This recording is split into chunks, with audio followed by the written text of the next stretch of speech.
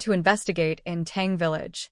If it was confirmed that Tang Nian maliciously released the snake to bite him, she would face a military trial.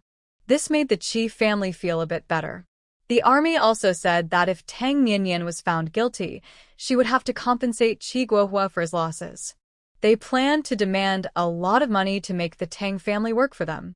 Villagers gathered around warmly, asking how they were doing. Some noticed something was off. Qi Guohua was wearing glasses and using a cane.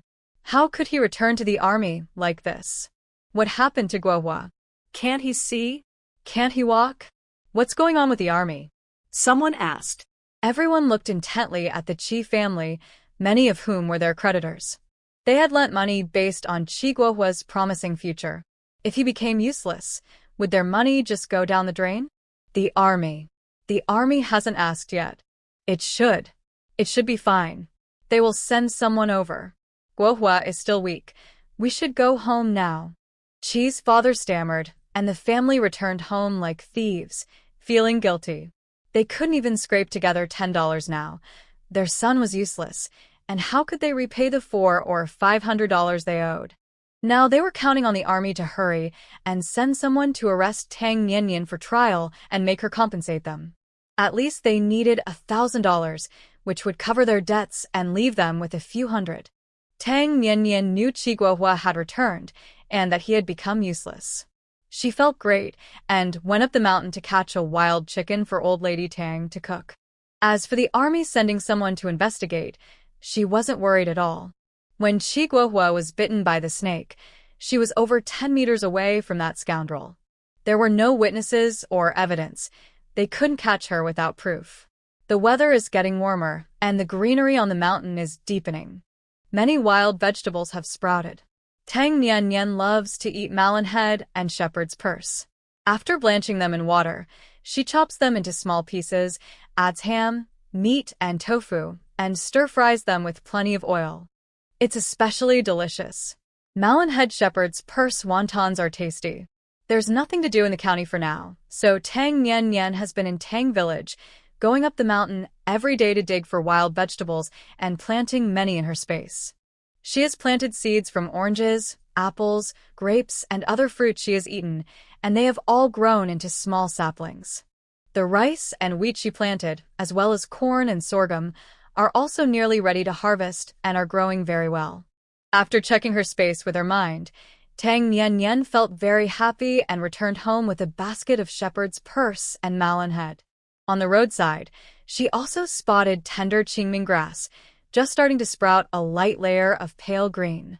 In a few days, she can pick it to make qingming cakes. Qingming grass Tang Nian swallowed, as she loves salty qingming cakes. In Zhucheng, before the Qingming festival, people make these cakes for tomb sweeping and give them as gifts to relatives and friends. There are both salty and sweet fillings. When Tang Nian visited Zhucheng for work, she happened to be there just before the Qingming festival and was lucky enough to try the salty ones, which she couldn't stop eating. The filling is made from stir-fried snow cabbage, diced meat, and diced bamboo shoots, wrapped in a dough made from qingming grass and rice flour, and steamed to make delicious qingming cakes. There are also red bean paste fillings, but Tang Nian doesn't like those. She prefers the salty ones.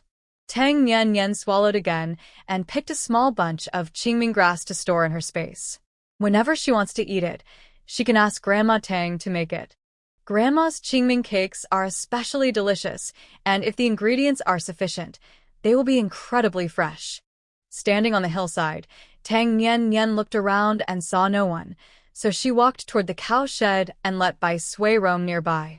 Deng Chongqing spotted her and quickly scanned the area. No one here, Tang Nian said, heading straight for the cow shed. Old Zhang was cleaning the cow shed, which smelled terrible, but he was doing it quite well. Nian girl is here. Old Zhang smiled broadly when he saw her, looking much more energetic and healthier. In recent days, he and old Deng have been drinking a cup of milk powder every day, eating meat and rice, and they no longer get out of breath while walking. It's all thanks to Nian girl. Here. Tang Nian took out a stack of newspapers, some milk powder, a wild chicken, a few pounds of wild boar meat, and filled the oil can. Don't skimp on food, keep a record, and don't get sick. Tang Nian also took out a blanket. The two old men had very thin bedding, and it gets especially cold on the mountain at night, so they probably can't stand it. She has many ready-made quilts in her space, but they're all different from the current styles, so she can't take them out. This quilt was made by someone she asked for help, and the cotton was stored in her space. Old Zhang didn't express his thanks verbally anymore. He knew that words of gratitude were useless.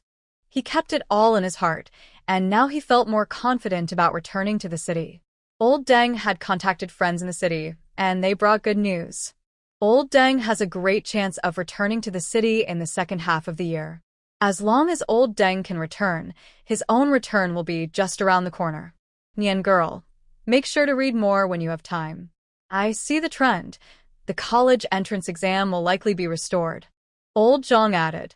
He felt that Tang Nian shouldn't be wasted in the countryside. This girl is smart and has her own opinions.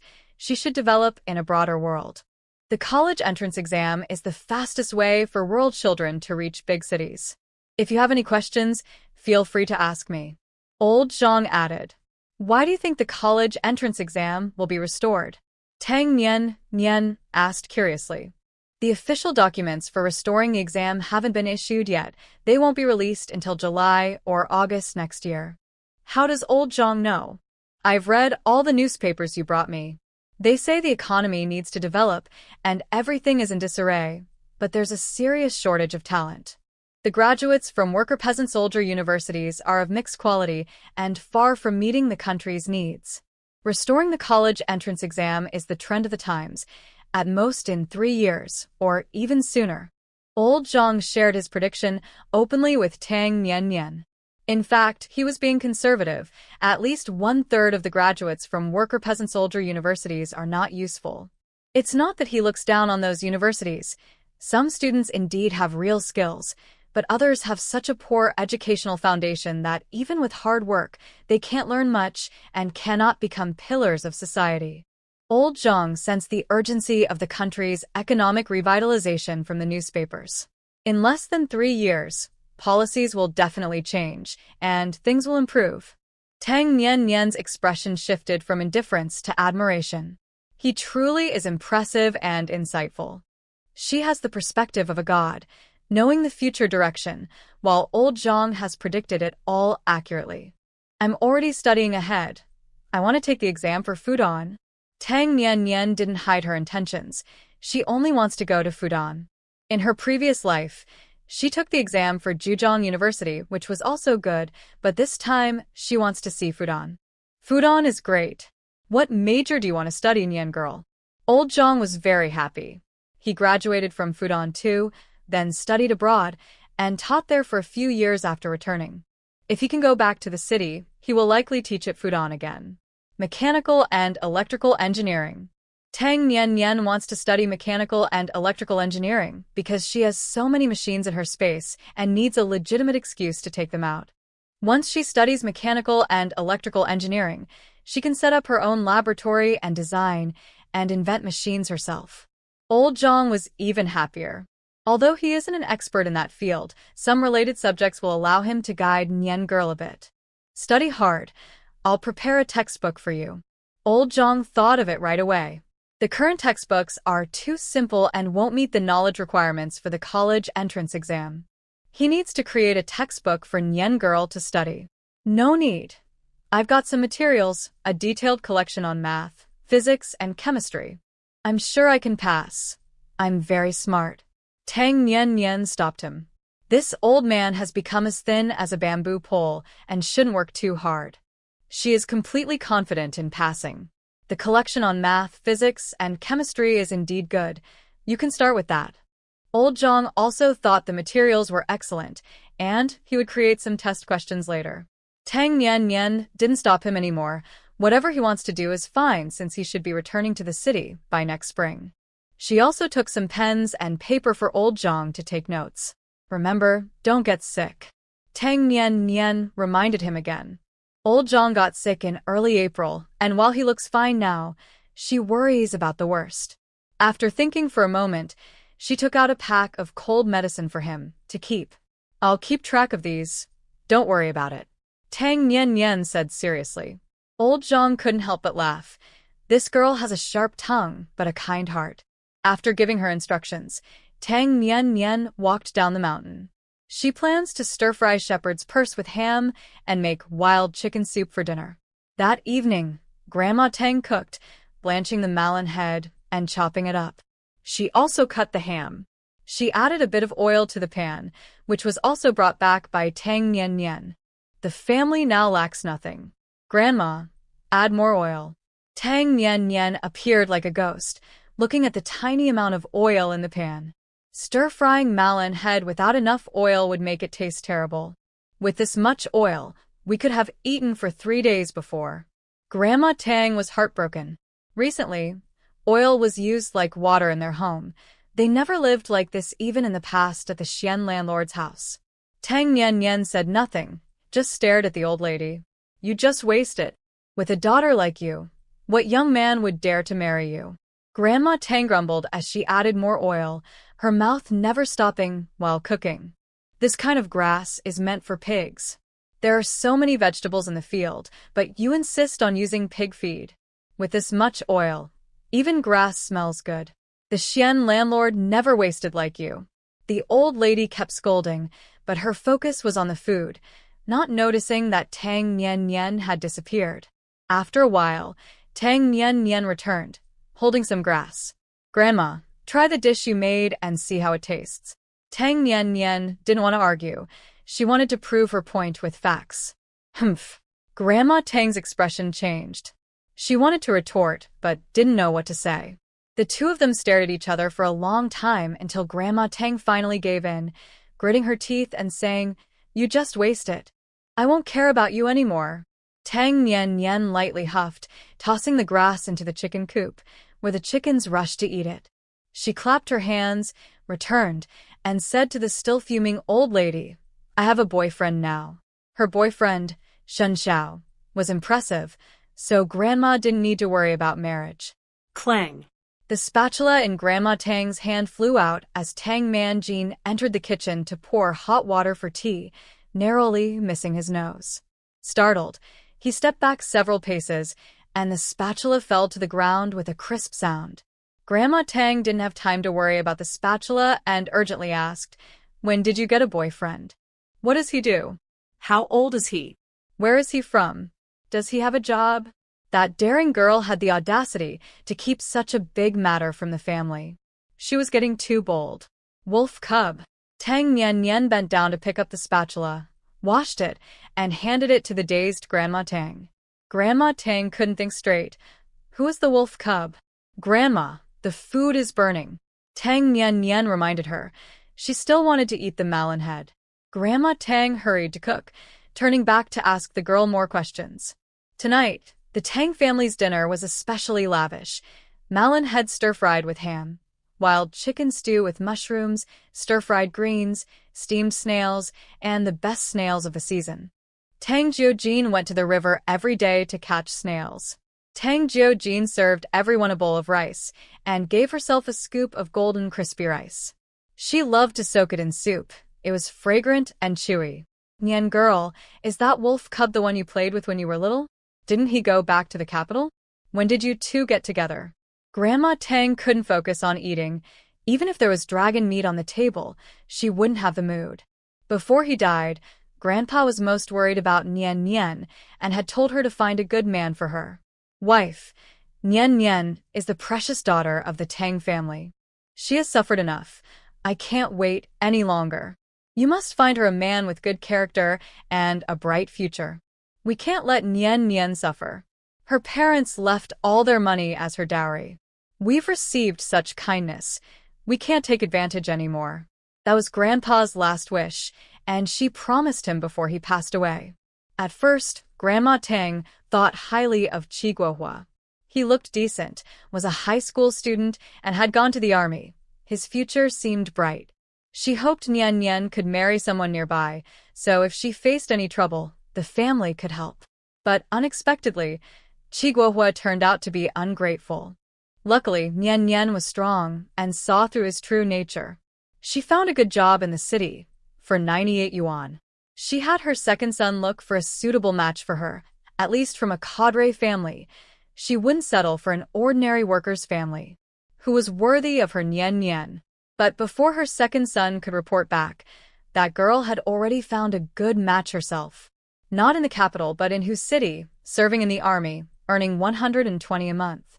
Tang Nian Nian took a sip of soup, being brief, and the Tang family gasped in unison. 120. Grandma Tang couldn't believe it. That wolf cub was only in his 20s. How could he earn such a high salary? What kind of official was he? Shen Xiao has achieved a lot.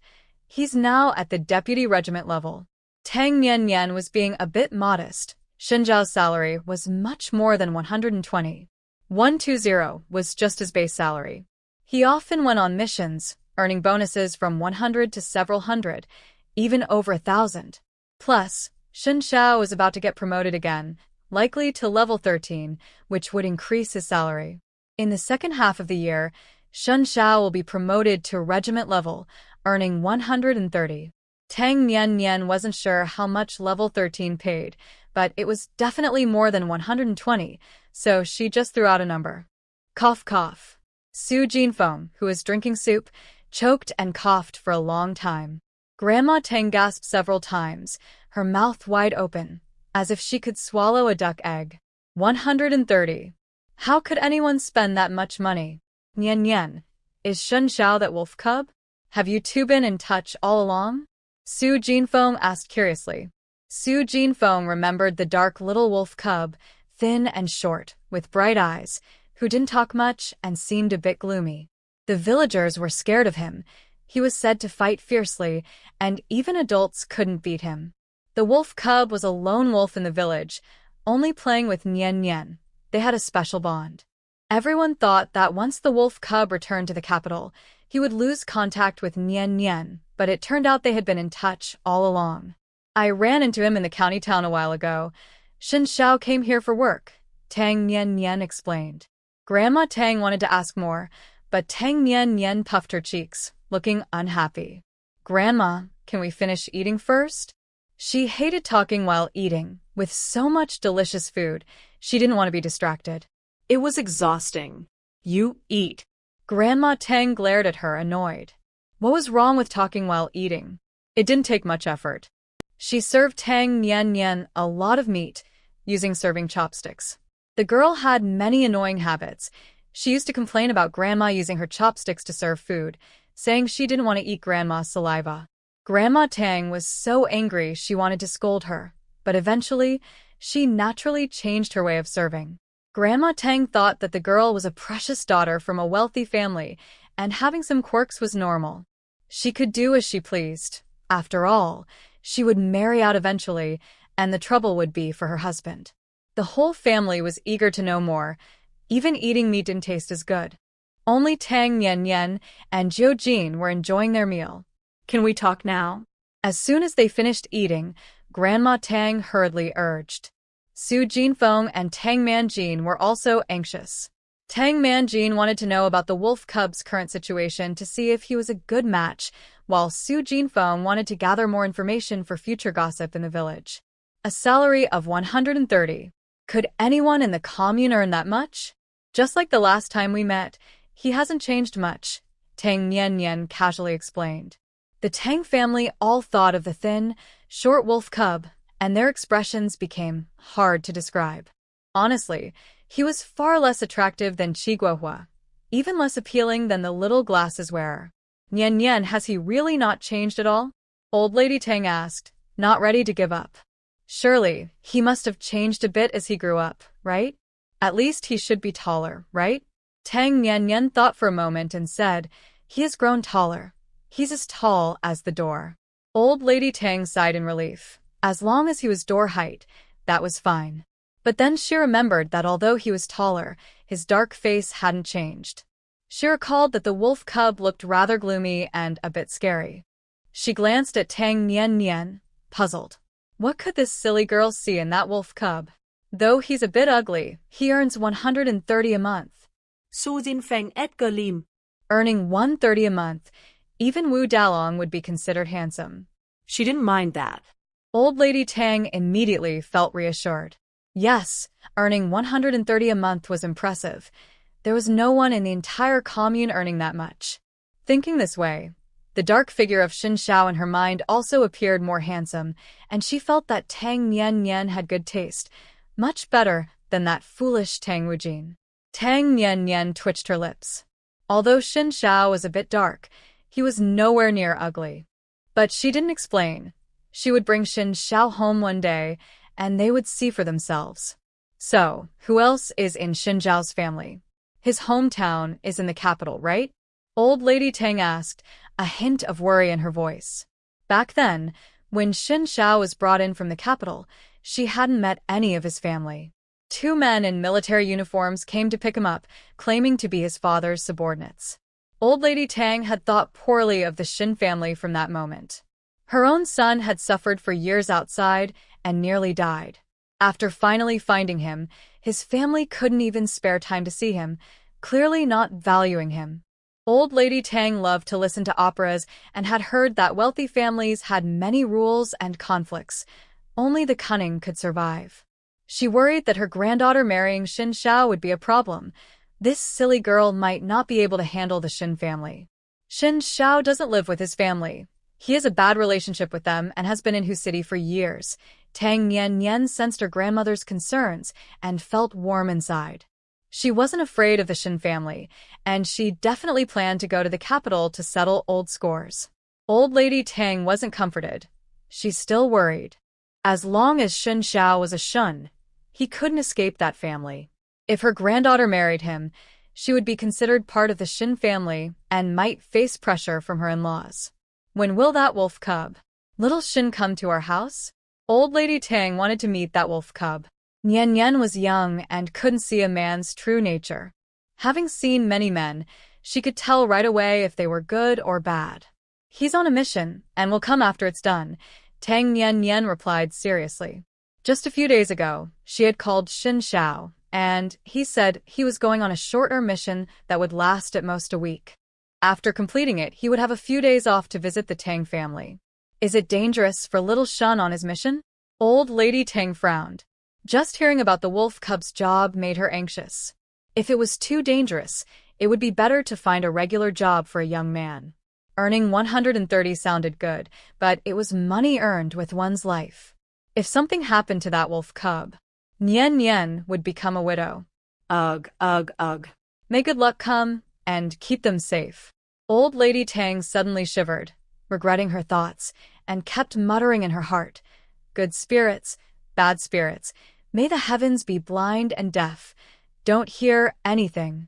The danger isn't great, Tang Nian said calmly, her tone steady, making Shun Zhao's work sound as ordinary as buying groceries in the morning. Every time Xin Xiao went on a mission, it was life-threatening, a high-risk job. But she couldn't tell her grandmother that. It would only make her family anxious and wouldn't help at all.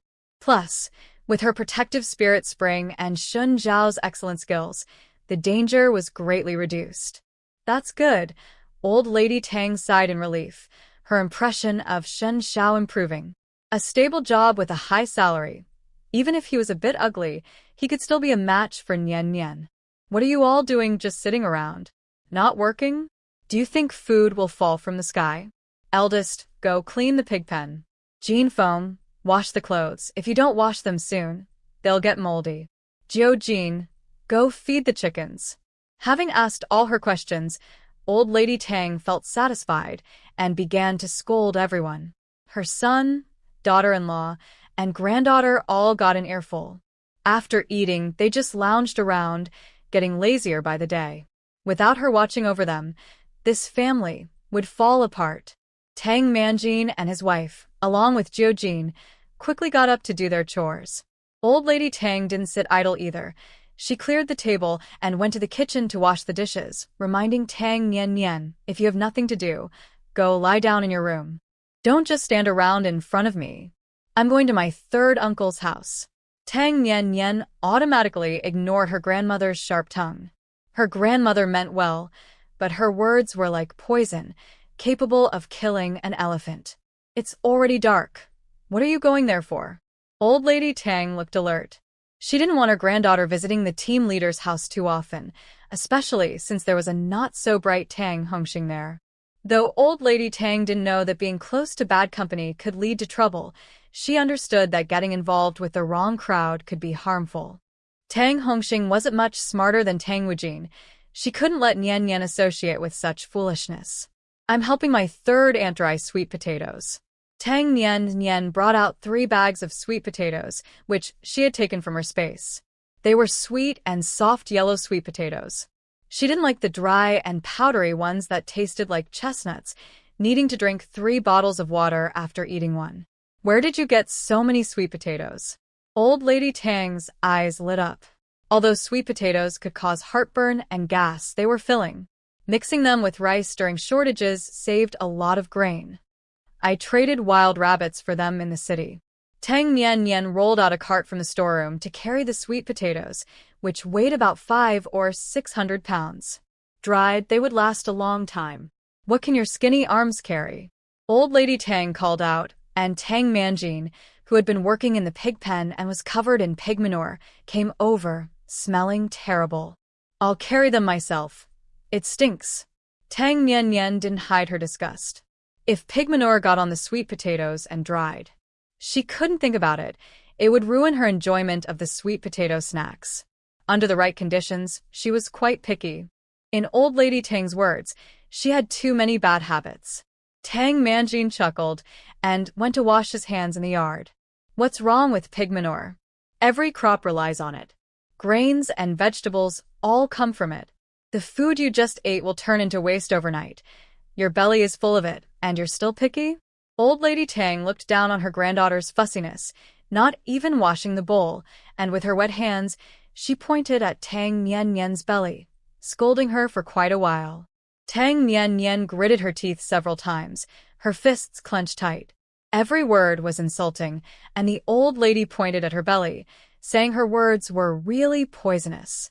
Tang Nian Nian repeated to herself 3 times that she was raised by her grandmother and couldn't hit her. She ignored the old lady and quickly loaded the sacks onto the cart and pushed it out. Second sister, Jiojin, had just finished feeding the chickens and ran out after her.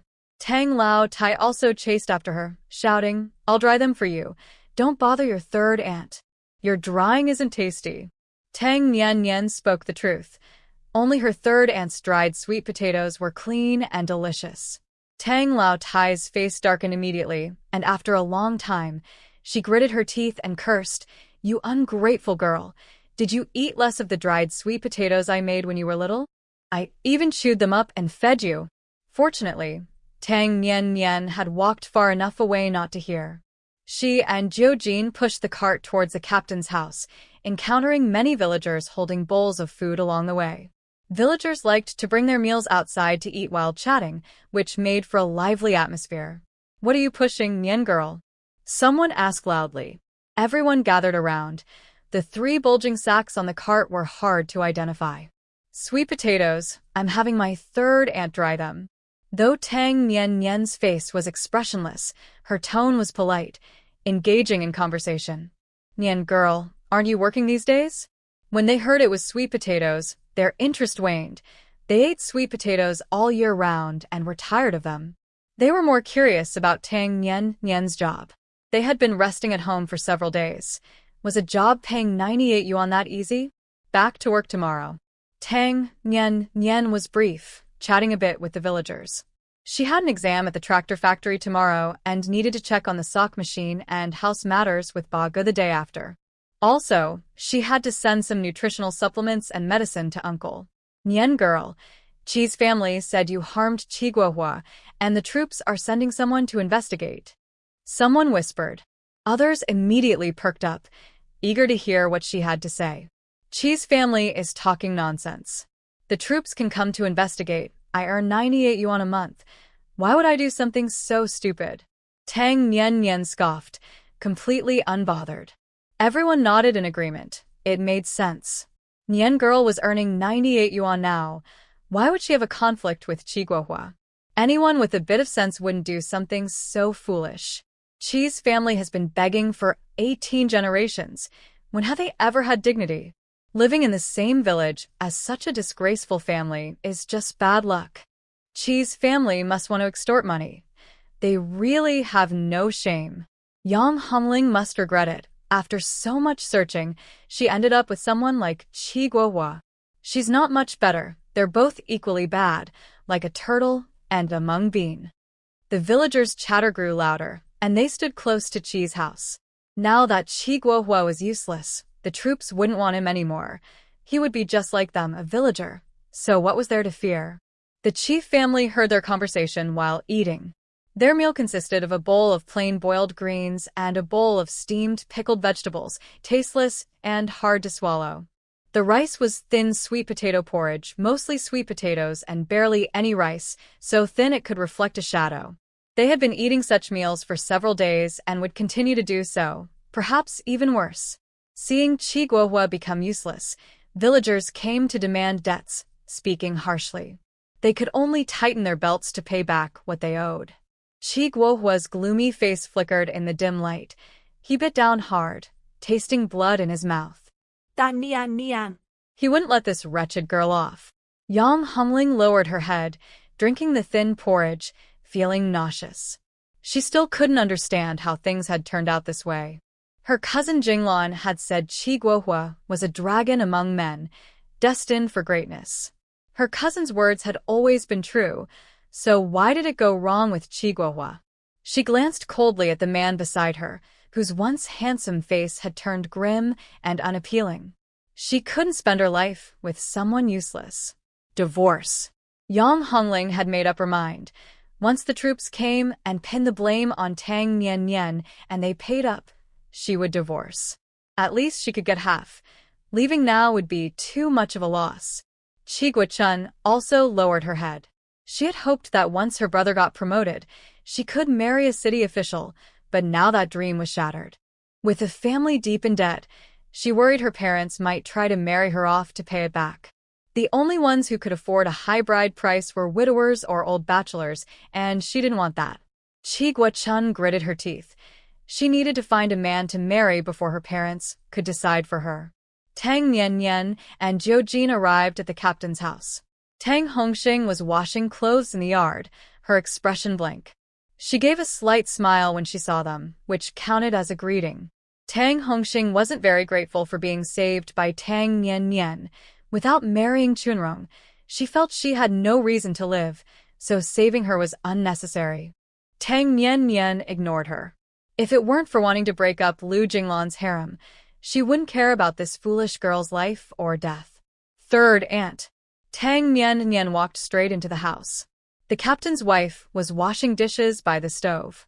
Seeing her, she was very welcoming, drying her hands on her apron and saying, "Nian girl, you're here. I brought sweet potatoes and sesame seeds." Tang Nian entered with 3 bags of sweet potatoes and took out a bag of sesame seeds, about 2 or 3 pounds. She loved to sprinkle sesame seeds generously. "Can you eat all this?" The third aunt was shocked. There were at least 500 or 600 pounds here, and even dried, it would be over 100 pounds. Could Nian girl really finish it? "I can, third aunt, here's your payment." Tang Nian took out a large bill and handed it over. Drying sweet potatoes took time and effort. She definitely needed to pay 10 yuan. "You don't need to give so much, just 1 yuan will do." The third aunt was surprised. 10 yuan could buy several hundred pounds of sweet potatoes. This girl was too generous. No wonder the second aunt, Tang Lao Tai, always said Nian girl was too free with her money, like a spendthrift. She wasn't wrong at all. Make sure to dry them well. Tang Nian stuffed the money into the third aunt's pocket and pulled Zhou Jin away. She didn't lack money. She just wanted to eat something good. The third aunt chased after them, but the 2 girls had already run far away. She looked at the 10 yuan in her hand, both amused and pleased, ready to dry sweet potatoes the next day. The weather had been good, so she boiled the sweet potatoes, sliced them, and spread them on a tray to dry. She had to flip them occasionally and use mugwort to drive away insects. If insects crawled on them, eating the dried sweet potatoes would cause diarrhea. The third aunt was particular. Her food was both clean and delicious, but it took a lot of effort and most people didn't have her patience. She glanced at her daughter, who was blankly washing clothes in the yard, and her good mood vanished. She couldn't help but sigh. In the past, Hongxing was praised by everyone in the village, while Nian Girl was disliked. Now the tables had turned. Nian Girl earned 88 yuan and understood the ways of the world, but her daughter's mind was filled with nonsense, enchanted by the landlord's son, losing her sense of self. Sigh. The third aunt didn't want to talk to her daughter. Her love for her had faded significantly. For a landlord's son, she had abandoned her family, leaving her mother heartbroken. Early the next morning, Tang Nian got up, ate the stir-fried vegetables and rice cakes made by Grandma Tang, and fried 2 soft-boiled eggs before riding her bike to the county town. The stir-fried vegetables and rice cakes were delicious. The tractor factory's exam was at 9:30 a.m. Take these eggs with you. Eat them if you get hungry at noon. Grandma Tang caught up with her and handed her 3 boiled eggs, saying, "Don't eat at a restaurant. One meal costs as much as several pounds of meat. It's too expensive. Grandma, I'll bring you back some braised pork." Tang Nian's response was off-topic. "No, I've had enough. Just eat for yourself." Grandma Tang firmly refused. Restaurant food was too pricey for her. She wasn't a monk's meat that could make her immortal. Tang Nian put the eggs in her pocket and rode off, selectively ignoring Grandma's words. She planned to bring back a bowl of braised pork and a bowl of braised fish for her. On the way, she ran into Jiojin, who was cutting pig grass by the roadside. "Here." Tang Nian gave all 3 eggs to the little girl. "Second sister, I love you." Jiojin's words were not new, but her voice was getting louder every day. Tang Nian smiled and rode quickly, soon leaving Tang Village behind. By 9 o'clock, she arrived at the tractor factory, handed 2 cigarettes to the guard, and went inside. The exam room was in the conference hall. In the hallway, she saw Jean Bo and a few others. The girl in the blue coat had changed into a red jacket today, with 2 ponytails tied with a red scarf. When they saw Tang Nian, they were all stunned. Didn't she get into the cotton spinning factory? Why is she here for the exam? She sold her position at the second factory to Yang Xiaohong. A girl who was close to Yang Xiaohong knew the details and spoke with envy. But even if Tang Nian sold it to her, she couldn't afford it. Although her family was okay, her parents wouldn't pay 800 yuan for a job. She would either wait for a street assignment or take the exam herself. There's only one spot this time. The girl in the blue coat frowned, clearly unhappy with Tang Nian. This woman was first last time. She would surely pass this exam unless something unexpected happened. There were only 3 spots. 2 were predetermined, and would Tang Nian take the last one again? What she thought, others thought too, and their faces turned a bit sour, but they couldn't do anything about Tang Nian. Don't worry, there's still the agricultural machinery factory. Yin bo comfortit. He didn't hold much resentment against Tang Nian since she was the girl he liked. Even if he didn't pass, he had a fallback at the meat processing plant. He wouldn't be without work. Others also sighed in relief, thinking Tang Nian probably wouldn't go to the agricultural machinery factory tomorrow. The exam began. The factory manager's secretary was the proctor. The exam paper was similar to the one from the cotton spinning factory. Tang Nian finished without pressure and was the first to submit her paper. The results will be announced at 2:30 p.m. on site. The factory manager's secretary said, and Tang Nian nodded and left the tractor factory. As long as there were no shady dealings, she was sure to pass. With some time before lunch, she went to find Ba Ge. "I was just looking for you." Ba Ge greeted her with a big smile. He had sold all the bicycles and made a good profit. Since meeting this beautiful girl, his earnings had multiplied. She was his lucky charm. "There's a house for sale. The landlord isn't local. He's moving back to Hangzhou and wants to sell it along with the furniture for 800 yuan. Ba Ge provided the address of the house. It wasn't in the city center, but it was close to the urban area, making it convenient to go anywhere. Tang Nian asked him to take her to see the house, planning to finalize the deal if she liked it. On the way to the house, Ba Ge mentioned the sock machines. "I got in touch with Hong Xiu. There are 48 scrap sock machines that can be sold as scrap metal, but they are really broken. Can they be repaired? Get one for me to check first. Tang Nian instructed, not fully confident and needing to see the condition of the machines. Okay. Bago agreed. After about 10 minutes, they arrived at the house. The landlord's family was there, and the living room was filled with luggage. The house was very clean, and the yard had many rose bushes. What pleased Tang Nian the most was that the house was independent, with no neighbors close by, making it very quiet. I'll take it. Tang Nian pulled out 800 yuan, a thick stack. The landlord couple was a bit surprised. They didn't expect the young girl to be so decisive. Isn't your family coming? The couple, being straightforward people, worried that the girl couldn't make the decision alone. I make the decisions in my family. Let's get the paperwork done. Tang Nian wanted to finish quickly. She disliked dragging things out, as it affected her mood. All right. The landlord couple was overjoyed. Not many people could come up with 800 yuan. They had planned to return home and ask a friend to sell the house, but now things had turned around. The housing authority was still open. The landlord couple told the staff that Tang Nian was their relative. After a few questions, they completed the paperwork and the new property deed was issued, listing Tang Nian as the owner. Young lady, we have train tickets for the day after tomorrow. If you want to move in right away, we can stay at a guest house tonight. The landlord couple felt a bit embarrassed. No rush. After you leave, just leave the keys in the flower bed. Tang Nian was indifferent. It was only 2 nights. She wasn't that petty. How will you get in? Where will you stay? I'll bring it to you when you leave. The landlord couple was concerned that Tang Nian wouldn't be able to enter the house without the keys. Climb over the wall. Tang Nian casually replied. The yard wall was less than 2 meters high, and she could easily climb over. The landlord couple was silent for a few seconds, looking at her with a complicated expression. Such a pretty girl, and she dares to climb such a high wall. She really has guts. Tang Nian put the property deed into her space, asked Bago to quickly get a sock machine ready, and then went to eat at a restaurant. She first packed a portion of braised pork and braised fish in a food box and stored it in her space. After eating, she went to Xiang Dage's house, carrying some milk powder, meat, eggs, and medicine in her backpack. Wearing a hat to cover her face, she knocked on the door, and Mrs. Xiang came out to open it. Tang Nian quickly slipped inside, and Mrs. Xiang immediately closed the door. Eat these first.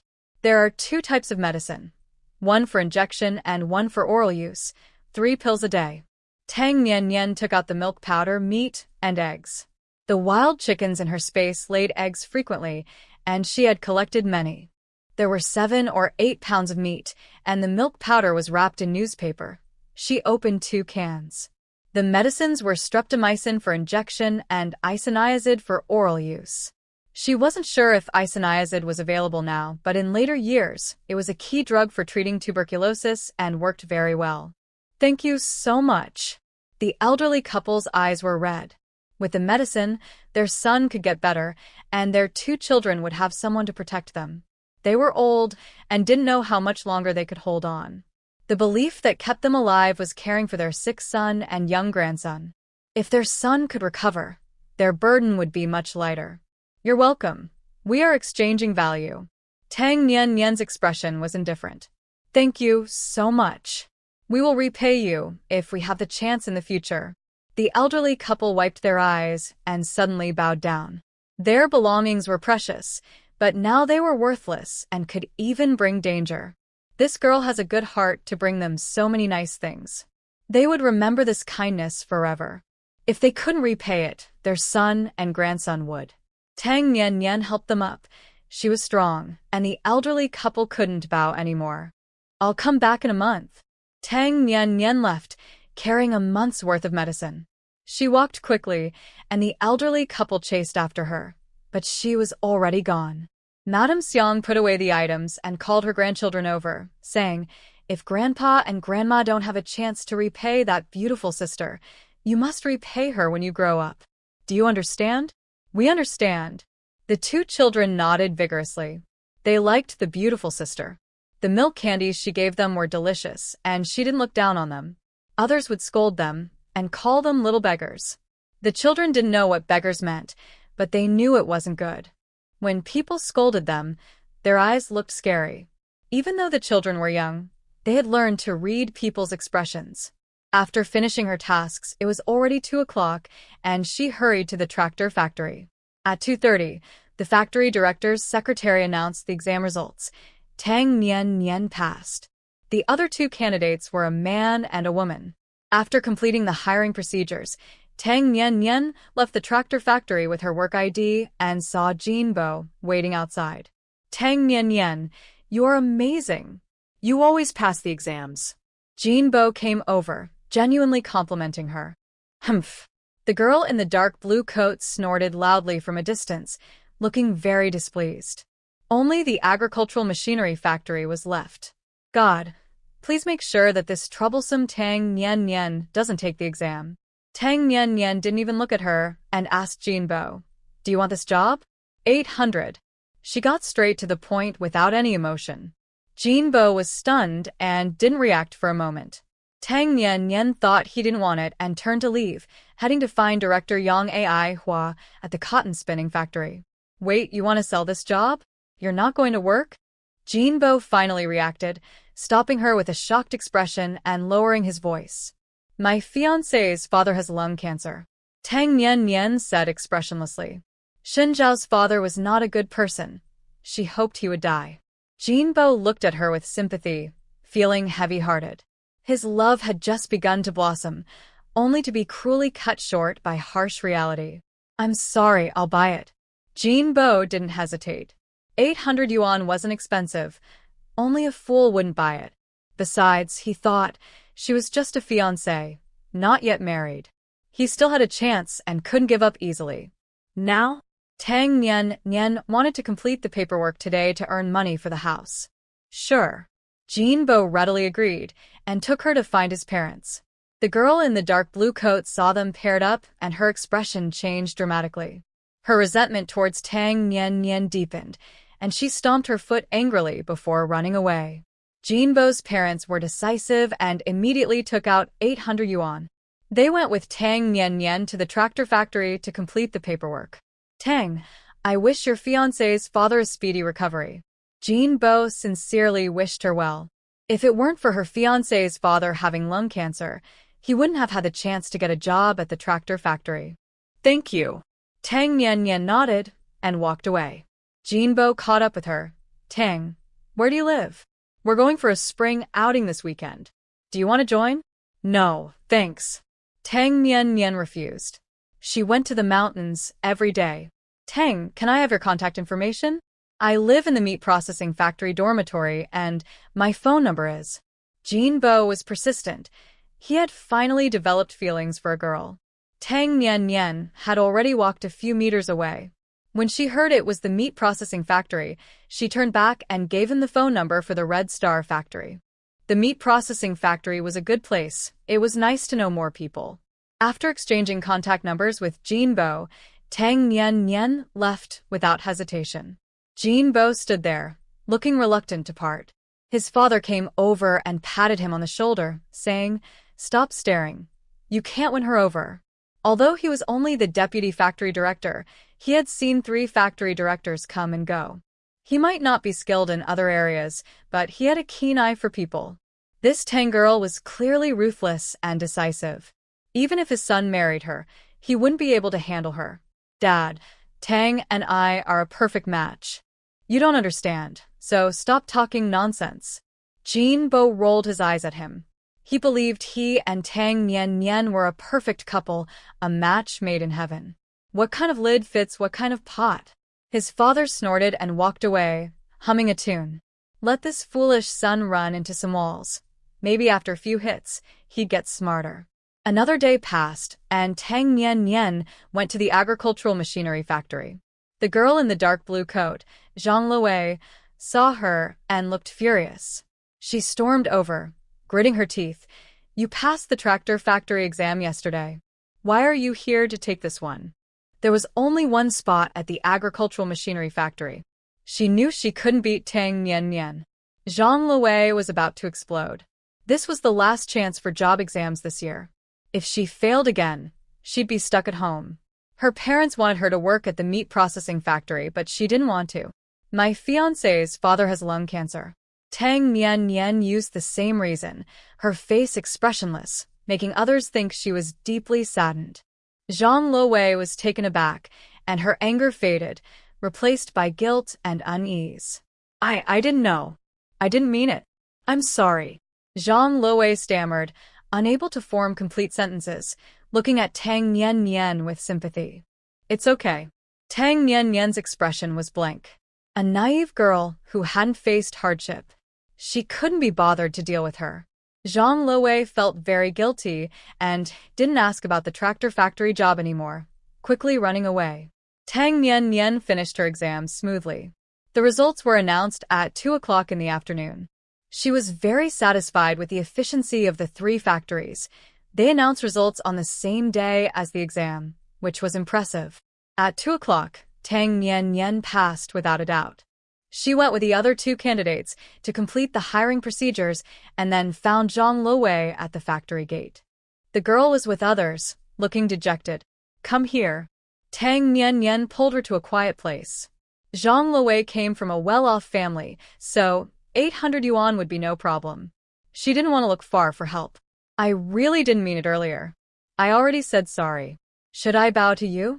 Zhang Luwei was scared. The expressionless Tang Nian looked intimidating, and with her strength, she thought Tang Nian was there for revenge. 800. Do you want the job at the agricultural machinery factory? Tang Nian asked directly. Just as Zhang Luwei was about to bow, she paused halfway when she heard this and stood up straight, asking blankly, Aren't you going to work? Yeah, I need money. Tang Nian kasu et lai. Zhang Luwei, however, imagined a lot. Her gaze turned more sympathetic and a bit admiring. Her future father-in-law had lung cancer, which would surely require a lot of money for treatment. Tang Nian, knowing the money might go to waste, still selflessly wanted to help him. Isn't that love? What a rare and touching love story. I'll give you 900. 800 is too low. Moved to tears, Zhang Luwei voluntarily added 100. Her parents wouldn't miss that extra amount anyway. Tang Nian looked at her deeply. She really was a bit foolish. Thank you. She sincerely expressed her gratitude. It was rare to meet someone willing to pay more, so she had to be nice. Let's exchange contact information. Tang Nian suggested again. Zhang Luwei clearly seemed like a naive person with money, so she thought she could reach out to her for good things in the future. Sure. Zhang Luwei readily agreed. She lived just upstairs from Jinbo. Her impression of Tang Nian changed too. Seeing how devoted she was to her fiancé, she felt Jinbo didn't stand a chance. Plus, she was offering such a good job. Zhang Luwei thought Tang Nian was really nice, much better than her cousins. Did you sell the tractor factory job to Jinbo? On the way, Zhang Luwei asked. Since Jinbo hadn't come for the exam today, she guessed it. Yeah. Tang Nian nodded. Zhang Luwei looked at her sympathetically and couldn't help but remind her, lung cancer is hard to treat. You should save some money for yourself. Even if you love your fiancé, you can't spend all your money. Her mom always said to spare no expense for yourself, but to save some when spending on a man. I know. Tang Nian nodded. Zhang Luwei didn't bring it up again, fearing it might upset her. Zhang Lui's parents were very generous, paying the 900 without haggling. After completing the paperwork, Tang Nian parted ways with Zhang's family and prepared to return to Hongxing factory. Nian, when are you coming back to the city? Let's go shopping together. There's a new batch of beautiful fabric. Zhang Luwei had already considered Tang Nian a close friend and invited her to go shopping. In a few days, Tang Nian didn't refuse, but didn't specify a date. Call me when you're in the city. Zhang Luwei reluctantly agreed, and Tang Nian nodded. When she arrived at Hongxing factory, it was getting dark. Tang Nian had just finished work and was downstairs starting a fire. He was happy to see his niece. Nian, have you eaten? The factory manager just asked about you. Not yet, here. Tang Nian took out a piece of meat weighing about 3 or 4 pounds from her basket for Tang Nian to cook. I'll go find Uncle Wu. Tang Nian guessed there was news about that batch of lathe parts. Last time, factory manager Wu said they would arrive in 3 days, but the shipyard delayed. Go ahead. I'll make braised pork for you. Tang Manin was all smiles. Such a big piece of meat could last for several meals. Uncle, make half. Tang Nian specifically reminded him. If she didn't say anything, her uncle would probably just cut a small piece. Okay, I'll make half. Though Tang Manin felt a bit pained, he didn't say anything. The meat was given by his niece, so she could decide how to cook it. Just as factory manager Wu was about to ask Secretary Li when Tang Manin would enter the city, he heard Tang Nian's voice at the door. Uncle Wu. Nian is here. Come in. I was just looking for you. Factory manager Wu was overjoyed and warmly welcomed her, even asking Secretary Li to make tea. I don't want tea, Uncle Wu. Did that batch of parts arrive? I want to see the blueprints. Tang Nian stopped him and directly requested to see the blueprints. They've arrived. The Tianjin factory tried to snatch them from me. Humph. They didn't even finish their last batch of tasks, yet they dare to compete. Nian, look at these blueprints. Can we get them done?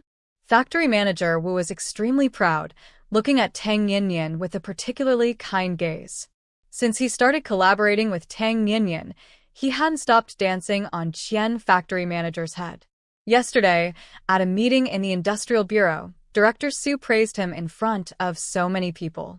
Qian factory manager's face turned as dark as coal. At that moment, he felt happier than Zhu Beiji eating ginseng fruit. After being stifled for so many years, he finally felt relieved. Tang Nian took the blueprints, carefully looked them over, nodded, and confidently said, Yes, how many parts are there? Factory manager Wu was overjoyed and mentioned the number of parts, then cautiously added, Nian, I made a promise to the higher-ups to deliver in a week. Is that okay on your end? This batch of parts was still from the shipyard, which was developing a new ship. They had failed several times in experiments, consuming many parts and needing them urgently. The leaders asked if he could deliver quickly, and in a moment of enthusiasm, he promised a week, ensuring quality and quantity. He wanted to make a good impression on the leaders. At 44, factory manager Wu still wanted to climb higher. He also wanted to tease Qian factory manager a bit. However, factory manager Wu wasn't just talking nonsense. Last time, Tang Nian completed the parts in 3 days. Listening to her tone, she seemed to have some spare capacity, so he estimated that a week should be about right. Uncle Wu, in the future, you need to discuss deadlines with me. Tang Nian expressed her dissatisfaction clearly. She wasn't used to playing tricks. She preferred being straightforward.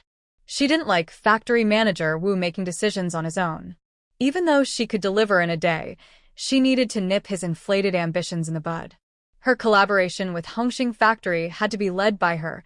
She needed to be in control. Factory manager Wu's heart sank, and he quickly asked, Is a week too short? Oh no, he shouldn't have let a moment of victory cloud his judgment. What should he do now? A week is a bit tight. Tang Nian frowned slightly. Her words were colder than the winter wind, and factory manager Wu's face quickly fell. He imagined being criticized by the leaders and laughed at by Qian factory manager.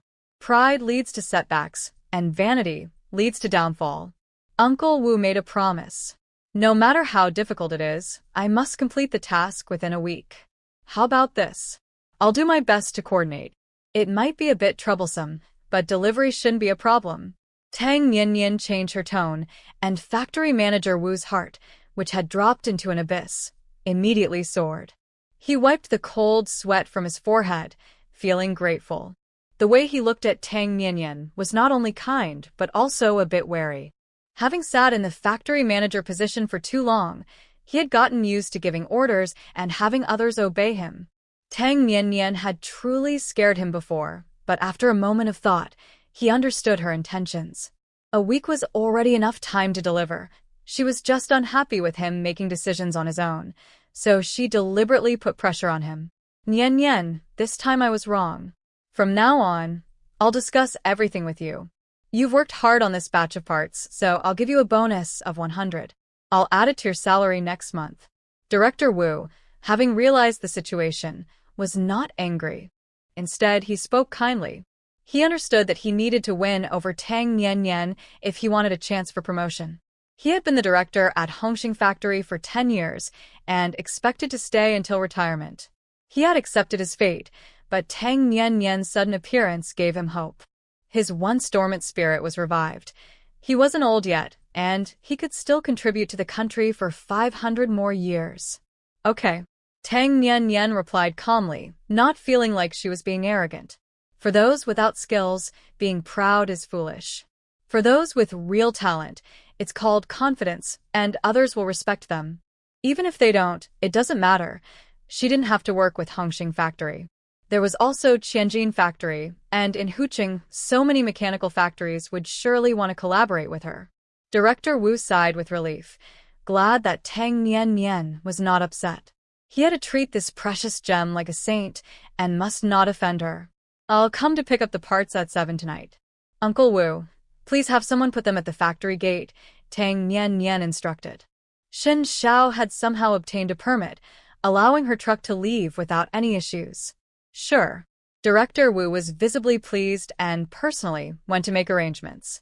Tang Nian cleared out the newspapers in the office, took them to the cow shed, and then went to see Tang Manin. Xian Jinju was cooking, and the aroma of braised pork filled the air, making everyone in the hallway drool. At mealtime, many people were cooking in the corridor, and some were coming out with bowls, all smelling the delicious meat from the Tang family. Manin, are you having meat again? The woman asking sounded quite jealous. Her husband was a regular worker and could only afford to eat meat once or twice a month, while Tang Manin and his wife, both temporary workers, seemed to have meat frequently, which was infuriating. My niece brought the meat from the countryside. Tang Manin explained with a smile. He felt more confident now in front of the regular workers and no longer felt so humble. His niece Nian was a regular worker earning 98 yuan. He could still become a regular worker himself, so why should he bow to these people? Why doesn't your niece come to work every day? What does she do? Everyone knew that Tang Manin's niece had become a regular worker and even had her own room, being favored by the director, but no one knew what Tang Nian actually did, let alone that she earned 98 yuan. Otherwise, there would have been a stir in the factory. Her job is quite special. I don't really understand it. Anyway, she's directly under the director. Tang Manin answered vaguely. The others were not satisfied and wanted to ask more, but then they saw Tang Nian returning. Several women's eyes lit up, and they eagerly surrounded her. Nian is here. You haven't eaten yet, right? Your second aunt is making meat. Tang Nian nodded, acknowledging them, but she didn't know these people and didn't want to get to know them. Nian, what do you do for work? Your second uncle said you're directly under the director. Are you a secretary? Someone asked. No. Tang Nian entered the room with a cold expression, leaving the women feeling a bit awkward. They didn't expect her to be so unapproachable. My Nian has this bad temper. It's all my parents' fault. Tang Manin quickly tried to smooth things over. The women's expressions softened a bit, but their desire to introduce Tang Nian to their relatives faded. Even though she was a regular worker and pretty, who could handle such a bad temper? Marrying Tang Nian would be like marrying a queen. There would be no peace at home. Master Tang, your Nian is 17, right? She hasn't found a partner yet? I have a nephew who works at the tractor factory. He's handsome and still in high school, and his family is well off. One woman was not giving up. Her nephew had high standards, wanting a girl who was pretty, had a regular job, and was still in high school.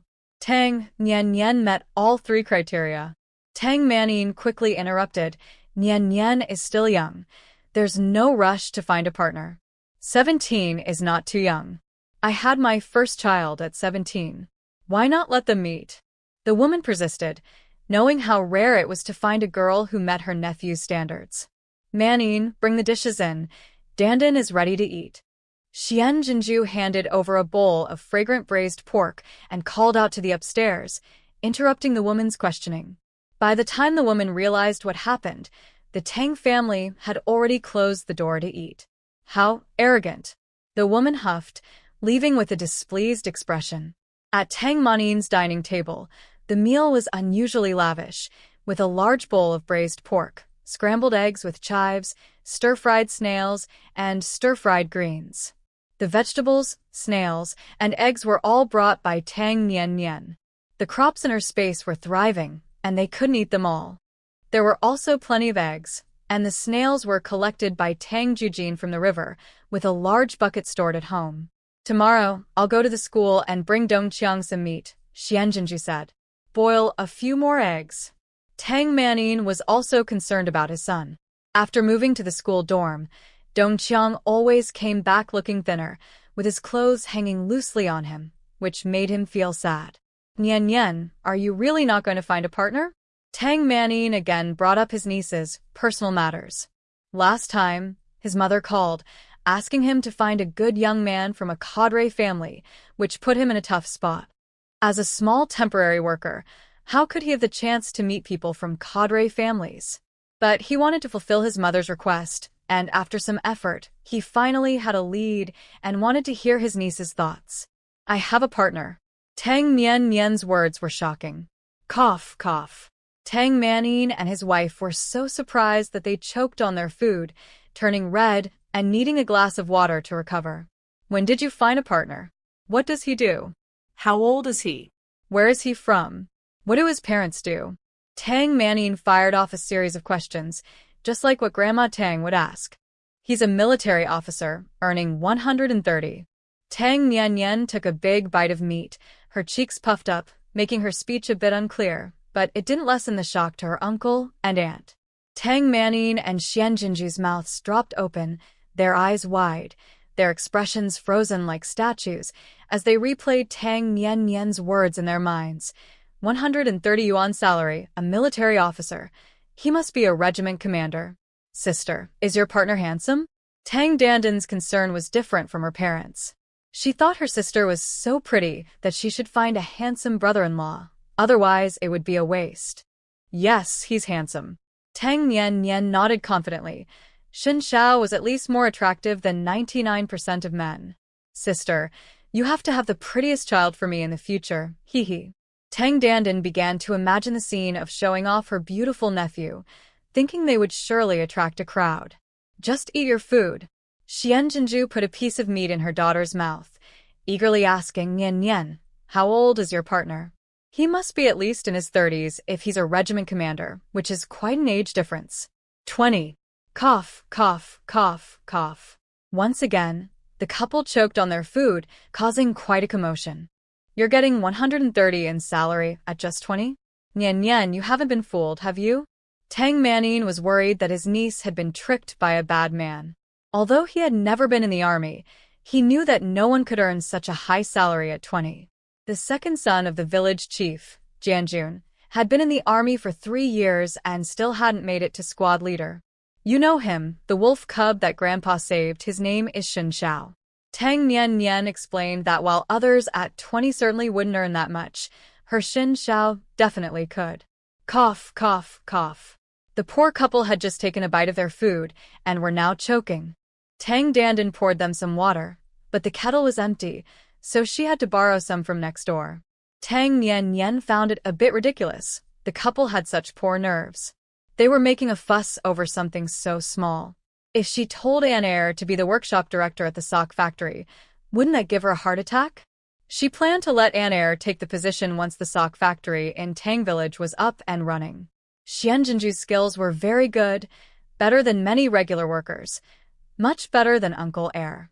After borrowing water from next door, Tang Dandan returned, and the couple finally managed to catch their breath after drinking a cup of water. However, after downing 3 cups, they felt too full to eat any meat. Nian, have you been in touch with that wolf cub all along?" Tang Manin had a strange expression. His niece had been inseparable from that wolf cub when they were young. They were like childhood sweethearts. He was surprised they hadn't lost contact over the years. This girl really kept her mouth shut. "No, I ran into him a few days ago." "You haven't seen each other for years, and you just started dating without knowing his situation?" Tang Manin frowned, feeling his niece was being a bit reckless. Although Shen Xiao had a high salary, character mattered too. After not seeing him for 5 or 6 years, who knew what kind of person he had become? To be honest, he didn't have a good impression of that wolf cub because he had seen him beat an adult until he was bleeding and even bite off a piece of that person's face. That wolf cub was only 10 at the time, fierce like a wolf, fighting recklessly. What if he married Nian Nian and treated her poorly? Even if she was strong, could she overpower that wolf cub? He gives all his salary to me. Tang Nian Nian stuffed a piece of meat into her mouth, her cheeks puffed up as she chewed seriously. He gives you 130? Xian Jinju exclaimed, shocked and doubtful. They had just started dating. What man was that generous? Even Tang Manin secretly saved some money, and she knew it but didn't want to point it out. Tang Nian Nian nodded and took another piece of meat. Xian Jinju was envious. This girl earned 98 herself, plus her boyfriend's 130, totaling 228 a month, more than the factory director earned. How could she spend all that money? Even if he gives you his salary, you should know more about him. What can you learn in just a few days? Tang Manin was still worried, fearing Xin Xiao might use sweet words to lure his niece. Many girls fell for men like that, sweet during dating but abusive after marriage. He had seen many such men. If he gives all his salary to Nian Nian, what else is there to know? The army wouldn't give him 130 if he wasn't good, right? Xian Jinju rolled her eyes, thinking her husband was overly concerned. She compared him to Qi Guohua. That jerk has poor character. He hasn't even become a leader at over 20. The army standards are high. Xin Xiao is much better than Qi Guohua. And heir. Don't compare Xin Xiao to him. It's not fair. Tang Nian Nian was displeased. How could Qi Guohua compare to her Xin Xiao? Right? That jerk isn't worth comparing. Xian Jinju quickly agreed and asked kindly Nian Nian, do Xin Zhao's family approve? She worried that the wolf cub's family, being high-ranking officials in the capital, might look down on her niece. They approve. Tang Nian Nian didn't want to say much. She and Xin Xiao were together, and even heaven couldn't stop them. Xian Jinju and Tang Manin both sighed in relief. It was great that the Xin family had no objections. They were happy for Tang Nian Nian and thought she would have a good marriage, which could also help Dongqiang and Dandan in the future. Tang Manin wanted to ask more, but Tang Nian Nian impatiently shoved a piece of meat into his mouth. Eat. She was tired of all the questions. The piece of meat was so big that it almost choked Tang Manin. He chewed it reluctantly and didn't dare to ask again. After finishing her meal, Tang Nian Nian went out. Around 7, she returned in her car, and the factory gate was piled high with parts, with factory director Wu supervising personally. Several workers were loading the parts onto a truck. Tang Nian Nian closed the car door and said to Director Wu, the delivery is in 6 days. I've coordinated everything. Thank you, little Tang. Director Wu smiled broadly, gaining a new appreciation for Tang Nian Nian's abilities. She seemed to know many skilled workers. He even suspected that she had connections with all the top craftsmen in the city. Otherwise, how could she complete so many parts in just 6 days? I'm off. Tang Nian Nian nimbly jumped into her car, waved to Director Wu, started the engine, and quickly drove away. Heroes emerge from youth. Director Wu sighed again, feeling deeply dissatisfied with his own daughter, who was the same age as Tang Nian Nian. She spent her days worrying about the latest fashion trends or hiding in her room listening to pop music. He thought of a singer named Teresa Tung. Her sweet voice made him feel weak. Even the sounds his wife made on their wedding night didn't compare. He secretly enjoyed listening to her music and often borrowed his daughter's tapes. Otherwise, he would have confiscated them long ago. But while he envied her, he also accepted it. Talents like Tang Nian Nian were rare. His family's ancestors had already blessed him once when he became factory director. He had to let his ancestors rest. Good fortune shouldn't only fall on his family. Thinking about how he could dance on Director Qian's head in 6 days, Director Wu couldn't stop smiling, and his mouth involuntarily opened as he hummed a tune. Honghu water, waves crashing. Director Wu walked away, hands behind his back, striding confidently. The other workers exchanged glances, realizing Tang Nian-Nian's elevated status. The factory director's favorite was once Director Meng from Workshop 1, but now Meng would probably be second. The first was definitely that little girl Tang Nian-Nian. Tang Manin is going to get rich, someone remarked, and the others nodded in agreement. With the factory director's favorite niece, Tang Manin's promotion was just around the corner. Tang Nian-Nian drove to the woods in the west of the city. It was dark and windy, with no one around. She parked the car and entered the space. Bai Sui was lying on the ground, happily gnawing on a big bone, not even lifting his eyelids, completely focused on it. Mix it up a bit. Eat some sweet potatoes too, or you'll get heaty. Tang Nian-Nian patted Bai Sui's head. Recently, he had been a bit too greedy, probably from eating too much meat. Woof. Go away. Bai Sui rolled his eyes, clutching the bone tightly. Who would eat sweet potatoes when there was a bone? He wasn't stupid. Tang Nian-Nian took the workpieces out of the car and found the high-precision machining center. She set up the processing program according to the drawings and precision requirements, installed the cutting tool, secured the workpiece, closed the protective cover, and pressed the start button. After processing one workpiece, she measured it with calipers and micrometers. The precision was perfect, so she continued working. She measured every 10 pieces, and the precision was always spot on. In just one night, she finished all the workpieces and planned to give them to Factory Director Wu in 6 days. That night, Tang Nian-Nian slept in the space. Xin Xiao was much more meticulous than her. He had sanded the wooden bed to make it very smooth, and the chair was the same. He had also set up a stove and prepared pots and pans, so they could cook anytime. Tang Nian-Nian prepared some spring greens, which were growing wildly in spring, and cut 2 pieces of rice cake. She stir-fried a large plate of vegetable rice cake and fried 3 eggs, eating until she was full. She reminded Bai Shui, remember to collect the eggs. Xin Xiao had bought chickens, ducks, and geese, some of which were adults and laying eggs. There were also wild chickens, so they could collect 20 to 30 eggs every day, a job for Bai Shui. After finishing the bones, Bai Shui lay on its back, covered with a small blanket it had used since it was little, drooling in its sleep.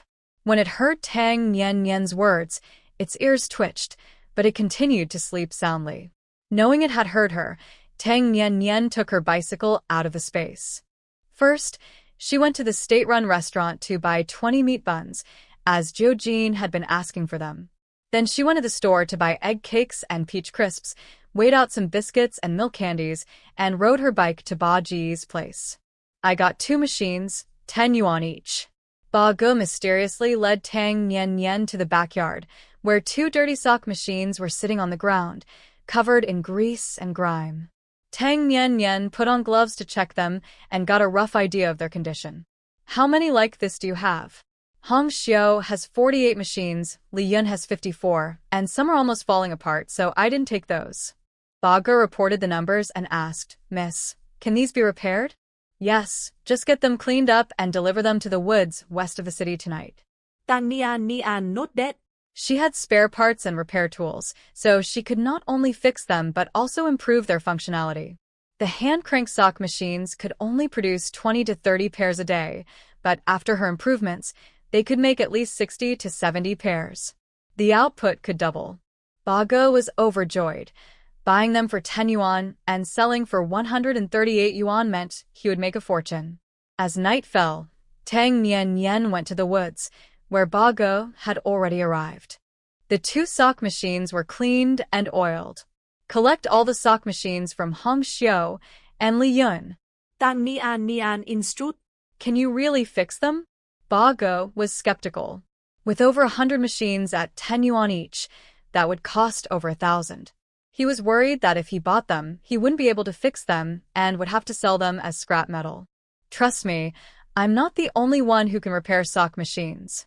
Tang Nian-Nian shot him a cold glance, making Ba Ge shiver. His wavering heart quickly became firm. Tomorrow I'll take care of it. I'll definitely get it done. Ba Ge patted his chest in assurance. He couldn't let anyone else profit from this. Now that he had a son, he needed to provide more for his family. Let's go. Tang Nian-Nian didn't say much, Bago was only slightly more experienced in business than her. She just needed to give him a direction, and he could handle the details. Bago left with his brothers, and Tang Nian stored the 2 sock machines in the space, starting repairs that night. After 2 days in the space, she thoroughly understood the sock machines. They were quickly repaired, and she added some electrical components, which could at least double the production rate, but unfortunately, she didn't have materials on hand. Once out of the space, she called Bago, get some raw materials for knitting socks. Are they fixed? Bago was extremely excited. It only took 2 days to repair them. This beautiful girl was truly talented. Yes, I'll come to your place tonight. Great. I'll go get the materials now.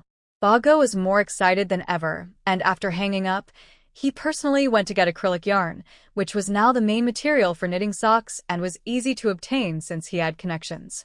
As night fell, Tang Nian went to Ba Ji's place, bringing the 2 sock machines on a cart. Bago had his men carry them inside. The living room was brightly lit. Bago had specially used a 100-watt bulb, making it as bright as day. Tang Nian had visited a sock factory before and seen how the workers knitted socks, which wasn't difficult.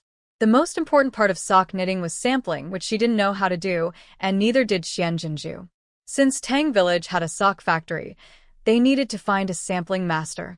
She tried operating the machine for a while, becoming more skilled, and soon produced a finished sock. Bago and his men were wide-eyed with excitement.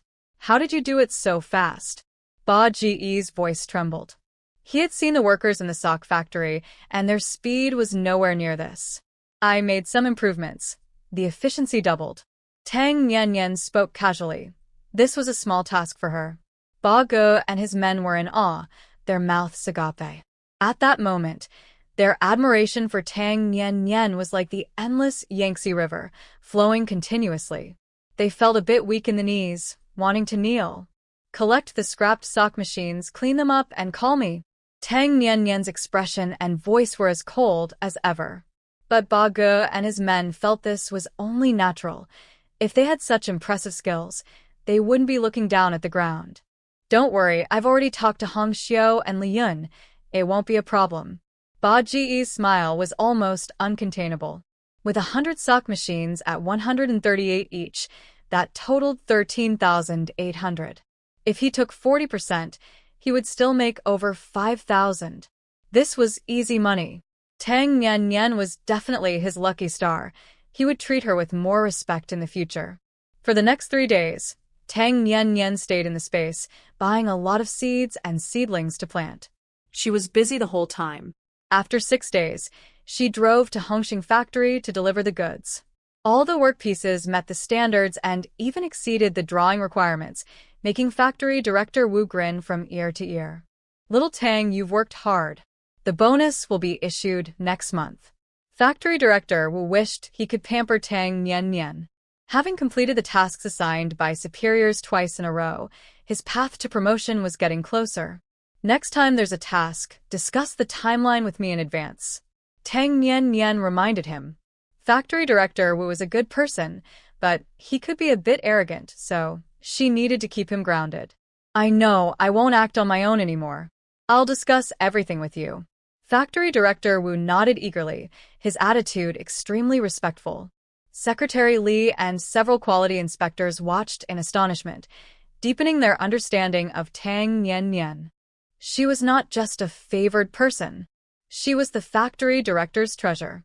After Tang Nian left, having not returned to Tang Village for 6 days, she missed Jiojin and the old lady a bit. Factory director Wu looked at the neatly stacked workpieces on the floor, grinning widely. His throat was itching, and he felt like singing a tune. Director, should I remind Director Qian to call? Secretary Li kindly suggested. Factory director Wu instinctively raised his leg to call, wanting to provoke Director Qian, but after picking up the phone, he put it down again. His promotion was inevitable. In at most 3 years, he would become Director Qian's superior. As a leader, he needed to broaden his vision and mindset and not be petty. I'm done for now. I need to report to my superior. Director Wu redirected the call to his leader, and his demeanor changed completely. His gaze became as vast and accepting as the sea, and even his balding head seemed to radiate a bit of Buddha light, reaching a deeper level of understanding. Secretary Lee was momentarily stunned, unable to grasp the director's thoughts, but he didn't ask. The director's mind was as hard to read as a woman's. Tang Nian leisurely rode her bike back to Tang Village. Along the roadside, she spotted many Qingming herbs that had turned bright green after a few days in the sun. She picked a lot to take home for Grandma Tang to make Qingming cakes. She had just bought a large piece of pork belly and some dried tofu at the market. She already had snow cabbage and winter bamboo shoots at home, and she also had red beans, so she could make both savory and sweet fillings. She wondered if the military had sent someone. She was waiting for news. Whose city military district Shen Shao had just completed his mission and went to report to the commander. He appeared cold and serious, like a human ice block, and he didn't glance sideways at all. When a few pretty female soldiers greeted him, he didn't even blink. Others envied him and felt a bit frustrated. Shen Shao was indeed handsome, but his bad temper was unbearable, and those female soldiers didn't seem to see their own worth, insisting on liking Shen Shao. They were all hoping Shen Shao would find a partner soon. Maybe then those female soldiers would give up?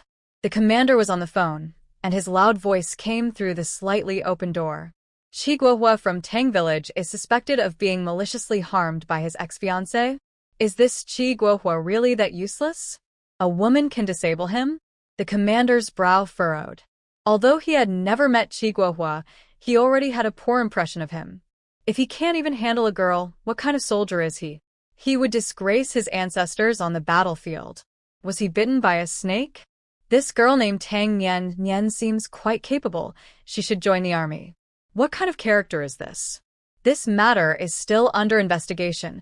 Who knows if she really set the snake on him? You all said it's just a suspicion. Fine, I'll send someone to look into it. The commander agreed, chatted a bit more, and then hung up. Report. Shen Shao called from the door. The commander's stern face immediately broke into a smile. Come in. Shen Shao was a prized asset in the military district, and all the other districts were eyeing him like hungry wolves. He needed to be watched closely. The commander personally brewed a cup of tea, the precious Mingqian Longjing that he couldn't bear to drink himself. How did the mission go? You weren't injured, right? The commander asked with concern. No, Shen Shao replied, placing the cup down and sitting up straight with his hands on his knees. Good to hear. Take a few days to rest. The commander's concern was genuine. He cared for Shen Shao more than for his own children. His own sons had never achieved the top rank in national competitions, but Shen Shao had. As long as Shen Shao stayed with him, he would always be the envy of other military districts. I just heard you say on the phone that you're sending someone to investigate in Tang Village? Shen Shao asked. He had already figured out what Qi Guohua had done. That scoundrel was still causing trouble even after being disabled. He wanted to harm his Nian, and he couldn't just stand by. Yes, there's a soldier from the Southwest Military District named Qi Guohua who claims he was harmed by his ex-fiancée and can no longer stay in the army. He has to retire and return to the village. Qi Guohua filed a report with the army, and the Southwest Military District wants me to send someone to investigate, the commander explained. I'll go investigate, Shen Shao volunteered, as he was eager to see Nian. You don't need to get involved, just rest. I'll send someone else. The commander didn't agree. He thought sending Shen Shao was overkill. Tang Nian is my girlfriend. That Qi Guohua is just making noise. Shen Shao stated directly. This matter couldn't be hidden. Once Nian turned 18, he would file for marriage, and she could join him in the army, which the commander would surely notice. Wow. The commander, who was sipping from his large teacup, was so surprised that he spat out a mouthful of tea, and Shen Shao quickly dodged. You have a girlfriend? The commander pulled out a handkerchief to wipe his face, his expression one of shock. His daughter had liked Shen Shao for 2 years and had been pursuing him relentlessly, but Shen Shao still didn't remember what she looked like. He didn't recognize her even when he saw her face to face. Other pretty female soldiers in the army also had an interest in him. some of whom were daughters of old comrades who had asked him to introduce them. He had tentatively asked Xin Xiao, but the young man said he wasn't interested. The commander had come to realize that Xin Xiao was a tough nut to crack. He might never get married. Who would have thought that suddenly a girl named Tang Nian would come into his life? When did you and Tang Nian start dating? The commander asked curiously. We grew up together, Xin Xiao replied succinctly. Cough, cough. The commander choked on his own saliva, finding it hard to imagine that Xin Xiao actually had a childhood sweetheart. This guy had always been hard to get along with. Which girl would be foolish enough to like him? Although he had never met Tang Nian, the commander had already formed a very clear impression of her, bold and not very discerning. Xin Xiao looked at his superior with disdain and clearly explained his relationship with Tang Nian and his connection to Qi Guohua. From what you're saying, Qi Guohua has serious character issues. How can the army accept someone like him? Lao Gao keeps praising him, saying he's a good candidate. That Lao Gao hasn't had good judgment in decades. The commander's impression of Qi Guohua was already poor, and it worsened. Lao Gao was the one he had spoken to on the phone, a leader from the Southwest Military District and an old comrade. Then you go investigate this case, and take Zhou Jin and Wei Zhongqing with you. The commander personally called the armed forces and police in Zhucheng, reminding Xin Xiao not to act impulsively. Keep your relationship with Tang Nian under wraps for now to avoid any tricks from Qi Guohua. Understood. Xin Xiao nodded, stood up, and left quickly. He needed to pack his things and set off today. He couldn't wait to see Nian. He regretted not confirming their relationship sooner. He had never thought about it before, only wanting to protect her for life. Xin Xiao slapped his forehead, realizing he had been foolish. Thankfully, he had figured it out now. Be gentle, came the commander's voice from behind. Okay, Xin Xiao replied, assuring that he wouldn't harm Qi Guohua. The commander shook his head, feeling a bit sorry for Qi Guohua. He had stirred up trouble with Xin Xiao, and his good days were over. Tang Village at 10 in the morning, the villagers were working at the village entrance. However, spring plowing was almost done, and everyone was working lazily, chatting occasionally. The village leader saw this but said nothing. Aunt Air, has Nian been in the city for 6 days now? Someone asked. Yes, 6 days. I wonder if she's getting used to the food there. Grandma Tang said this, but in her heart, she thought that the stubborn girl was definitely eating out every day. She had called her second son and learned that Nian had eaten a meal at his place. The rest of the time, she must have been dining at restaurants. That lazy girl would never cook if there was a restaurant nearby. Grandma's chest began to ache, thinking about the money spent. Eating out every day for 6 days must have cost her quite a bit, right? Oh no! Old Lady Tang's teeth started to hurt, and she lost her patience for chatting. Clenching her teeth, she worked with the hoe, muttering wasteful child with every swing. Aunt Nian is back. Someone shouted, and everyone looked up at the stone bridge at the village entrance. Tang Nian appeared on the bridge. Old Lady Tang threw down her hoe and rushed over like the wind. It had been 6 days since this stubborn girl had talked back, and she was still getting used to it. Did you finish your work? Can you rest for a few days? You must have eaten out every day in the city, right? Spent a fortune? A string of questions spilled from the old lady's mouth. Tang Nian was too lazy to answer. She pulled out a cotton bag from her basket, revealing a bundle wrapped in newspaper. She opened it and stuffed a still-warm meat bun into the old lady's mouth. Why would I eat a bun before mealtime? I know you waste money again. A meat bun costs 12 cents and needs a ticket. Your hands are looser than a chicken's claws. Even if you earn 98 yuan, you can't save any money. Old Lady Tang took out the meat bun, her chest aching again. She really couldn't stand her granddaughter's wastefulness. Eating a meat bun wouldn't make her immortal, so why spend that money? Here. Tang Nian, annoyed, pulled out a large bill and stuffed it into the old lady's mouth. She had money, and the old lady loved money. If she could solve it with cash, it was a small matter. I'm saving this for your dowry. Old Lady Tang tucked the money into her pocket, keeping all the money she had given before for Nian Nian's future dowry. She didn't eat the meat bun, planning to take it home for Zhou Jin. That's all your saliva. Zhou Jin won't eat it. Tang Nian Nian shot back, making the old lady grit her teeth in anger. However, it worked well. Old Lady Tang stuffed the meat bun into her mouth. She had planned to eat half and save the other half for lunch. But after one bite, she couldn't stop. It was too delicious. She kept eating until the bun was gone, looking at her empty hands with regret. She should have eaten slowly. Even Zhu Beiji wouldn't have eaten so quickly. Eat this slowly. Tang Nian Nian took out another meat bun and shoved it into the old lady's mouth. She also gave one to Tang Manjin and Su Jinfeng. The others watched, drooling, wishing they had a granddaughter or daughter who earned 98 yuan. Grandma, I want to eat Qingming cakes. Tang Nian Nian made her request, feeling greedy. There was meat and rice flour in her basket, along with Qingming grass. Old Lady Tang agreed and told her eldest son to go dig for winter bamboo shoots after work. The villagers were envious. Which family used such a large piece of meat for Qingming cakes? With that much meat, even wrapping it in dogtail grass would taste good. Nian Nian, do you still want a sun-dry sweet potato slices? A woman shouted. The news about the brigade leader's wife sun-drying sweet potato slices for Tang Nian Nian had spread throughout the village, and everyone knew she had paid 5 yuan. Third aunt wanted to show off but was afraid of making others jealous, so she settled on saying it was 5 yuan, which only made the villagers envious. It was just drying sweet potato slices. 5 yuan was too easy to earn, and they wanted to earn it too. Third aunts are enough.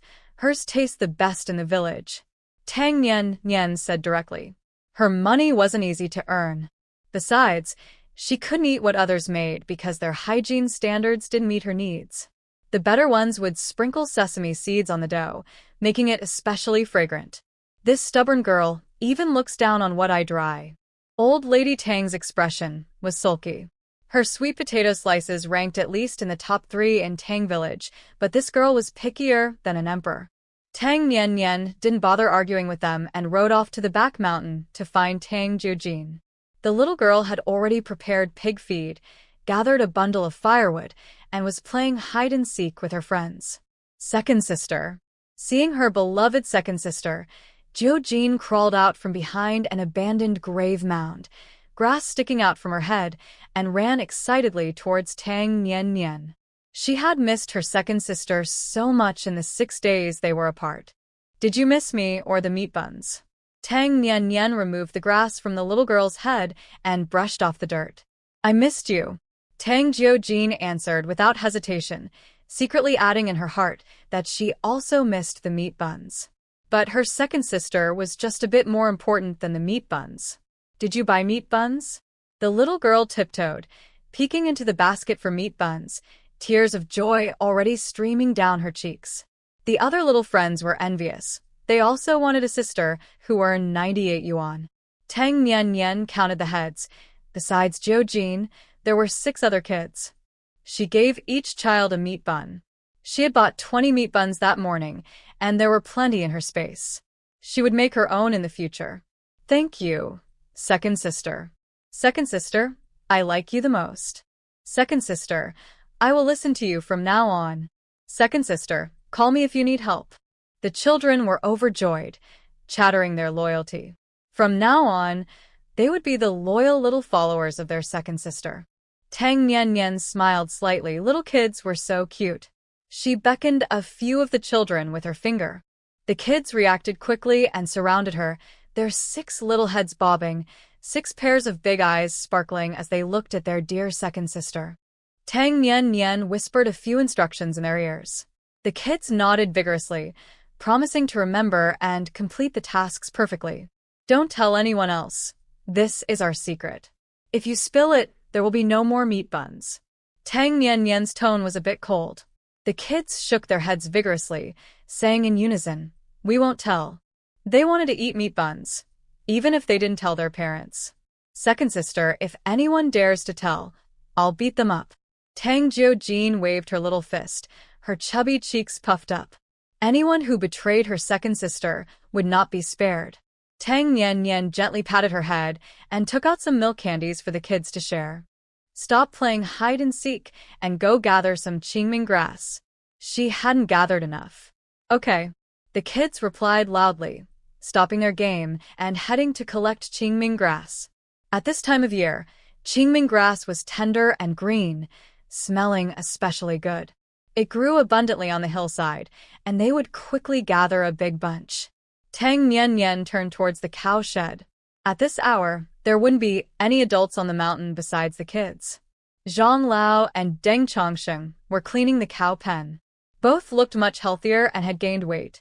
Nian girl. The two elders greeted her with joy. Here.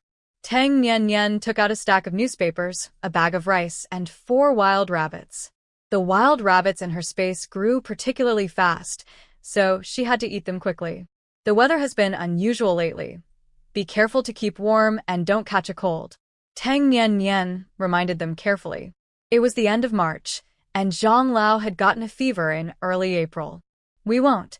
We have thick blankets at night and eat so well. We definitely won't get sick. Deng Chongxing chuckled.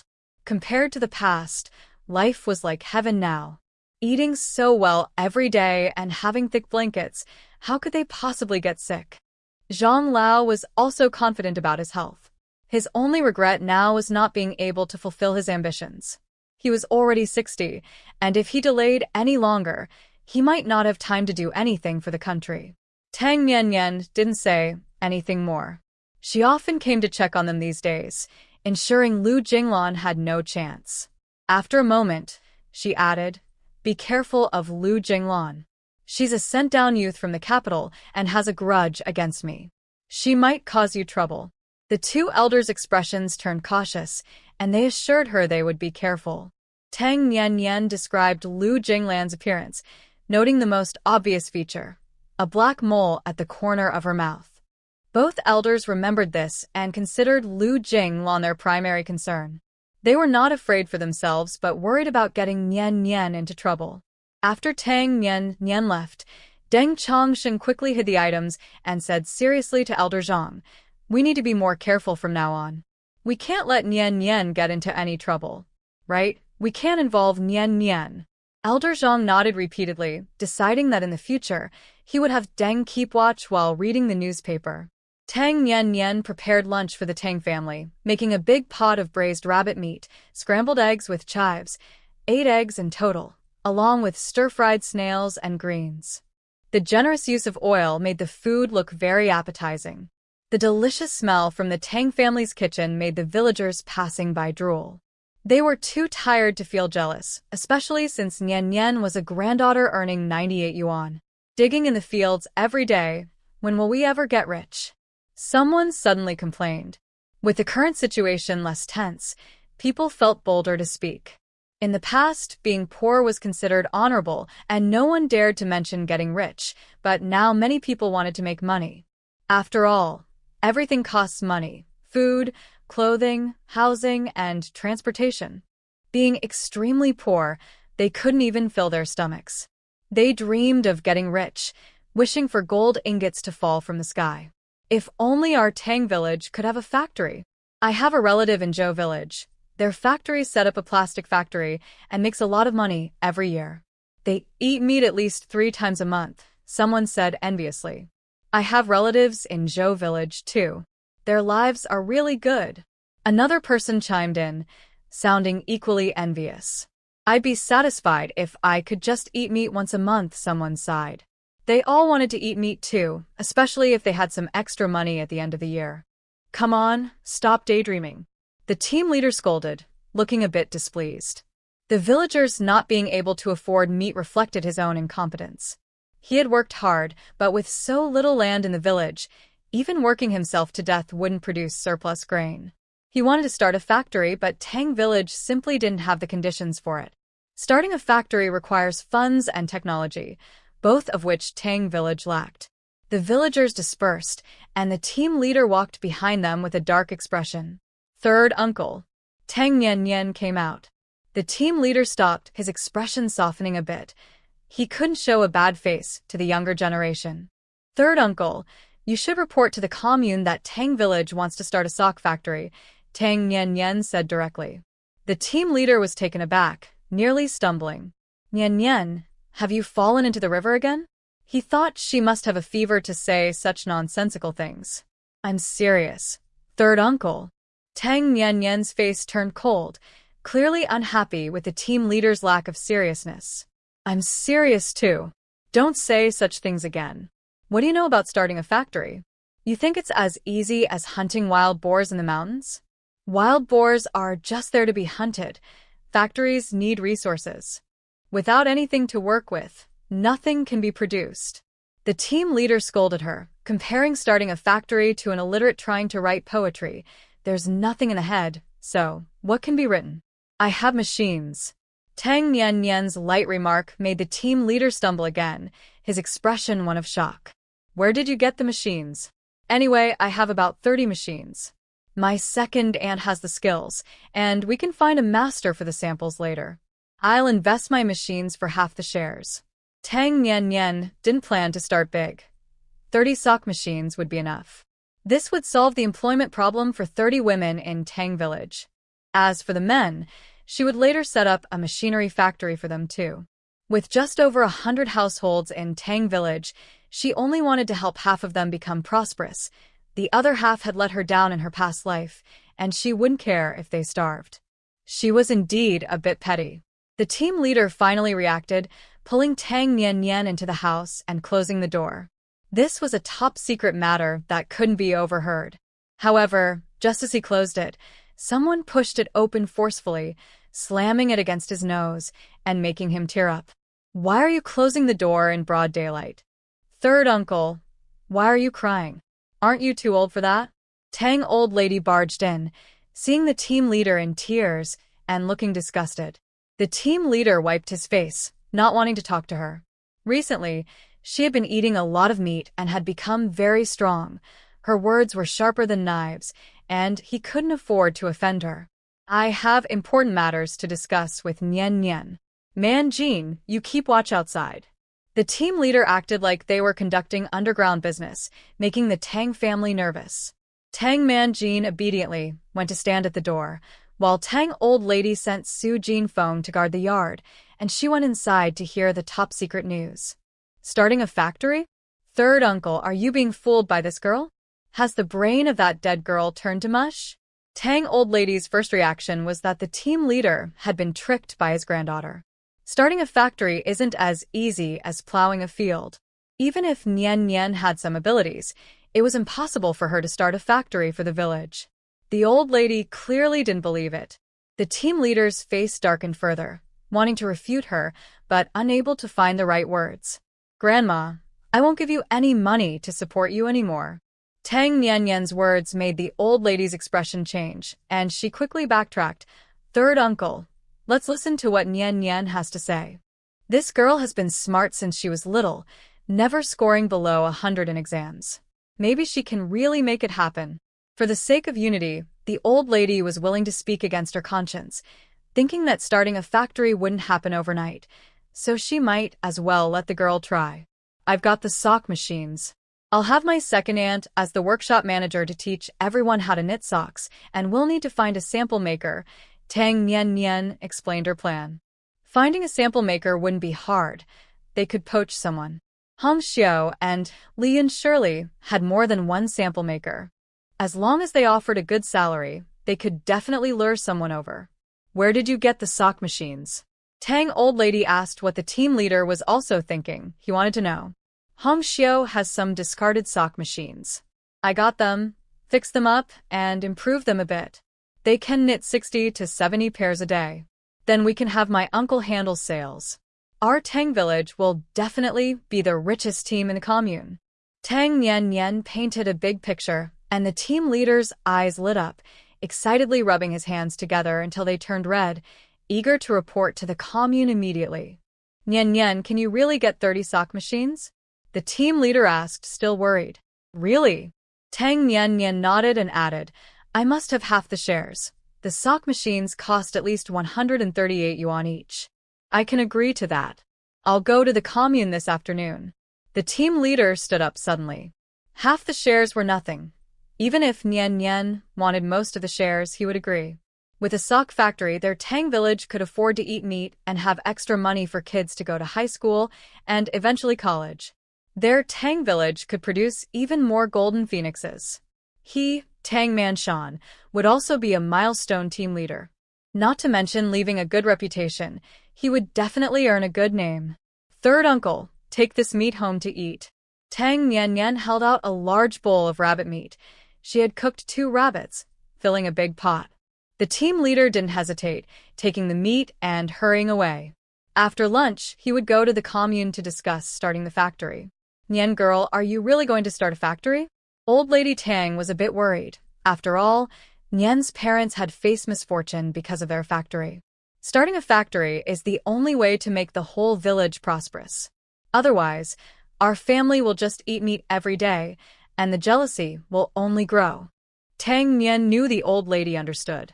Old Lady Tang sighed, feeling both greedy for meat and anxious about it. Don't worry, things will get better. Tang Nian tried to comfort her, but it didn't help. Old Lady Tang remained worried. Even meat couldn't cheer her up. Su Jinfeng, however, was very happy and asked Nian Nian, can I work at the sock factory? If you learn the skills from second aunt, you can. I will definitely learn well. Su Jinfeng was thrilled. She would be able to earn a salary too. Tang Manjin just smiled foolishly and said nothing, as he didn't understand much, but he was happy to listen to Nian girl. In the afternoon, the Tang family didn't go to work because Tang Nian brought back too much rice flour and meat. Making qingming dumplings was time-consuming, so Old Lady Tang decided everyone should stay home and make dumplings. Tang Manjin went to dig bamboo shoots, while Su Jinfeng washed the qingming grass. The soil on the mountain was thick, so it needed several washes, and after that it had to be blanched with some baking soda. Then, using 30% glutinous rice flour and 70% regular rice flour, they mixed the blanched qingming grass into a green dough, and then it was time to stir-fry the filling. They used mustard greens, pork belly, bamboo shoots, dried tofu, and chopped green onions, adding plenty of oil to cook it well, then letting it cool in a big bowl. Old Lady Tang also cooked red beans to make sweet bean paste for both savory and sweet fillings. Making the sweet dumplings was simpler. Take a piece of dough, shape it into a bowl, put in the bean paste, roll it into a ball, then coat it with soaked glutinous rice before steaming. The green dumplings covered in white glutinous rice looked beautiful after steaming. These sweet dumplings had a lovely name, snowballs. One was raw, and the next was steamed with bean paste. However, Tang Nian didn't like sweet dumplings. She preferred savory ones, so she asked Old Lady Tang to make plenty of savory filling.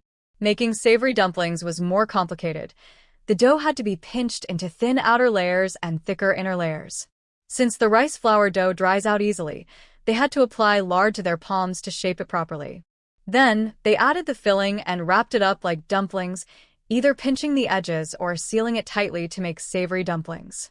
Tang Nian joined in, even making different designs, because she wanted to bring some to Xinxiao.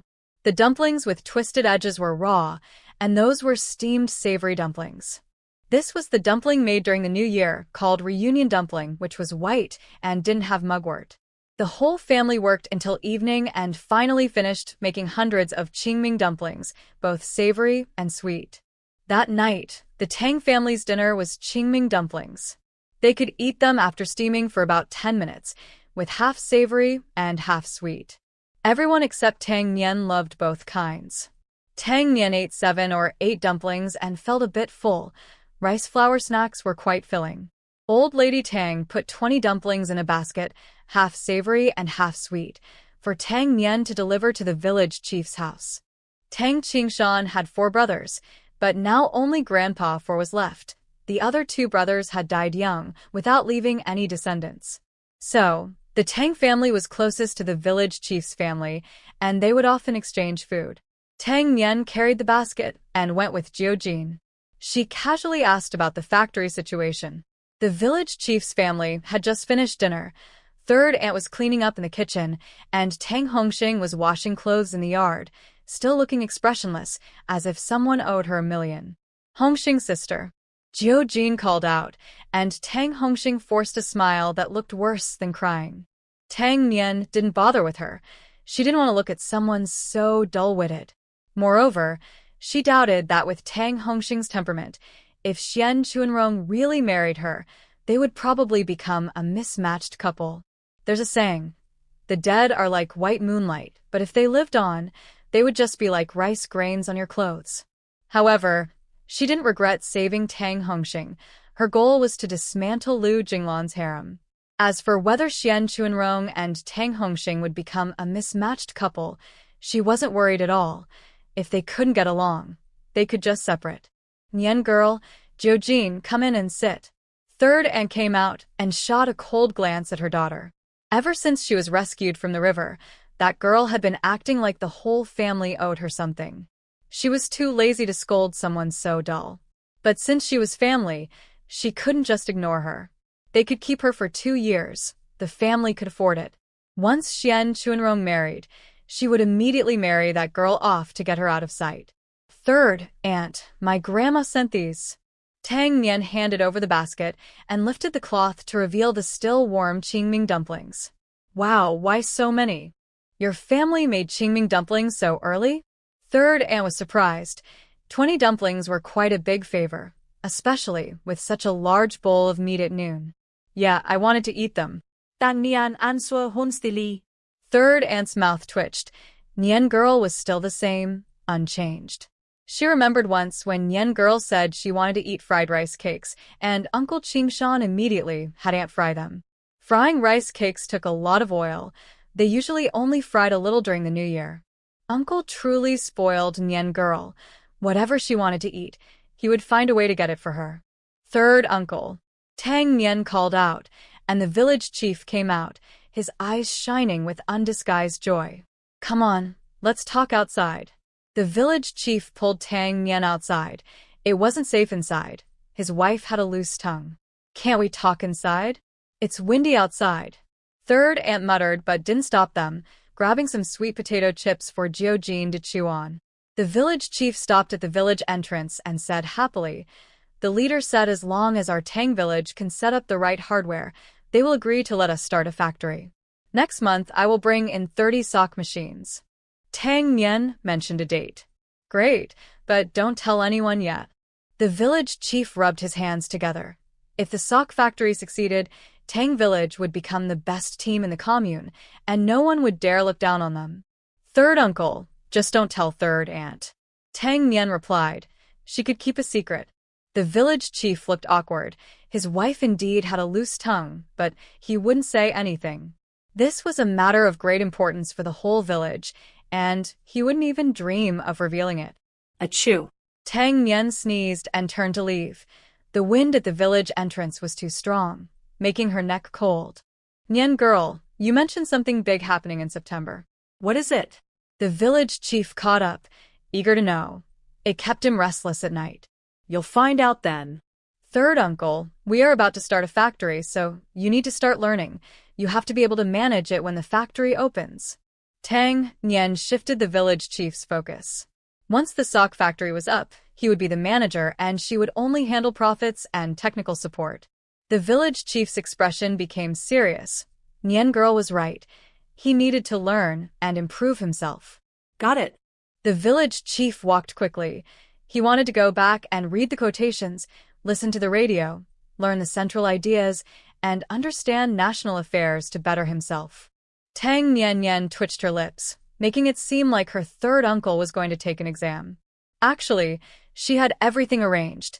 The team leader as the factory manager to supervise the employees, her uncle in charge of sales, and Tang Mantong, who was good with words, was perfect for this role.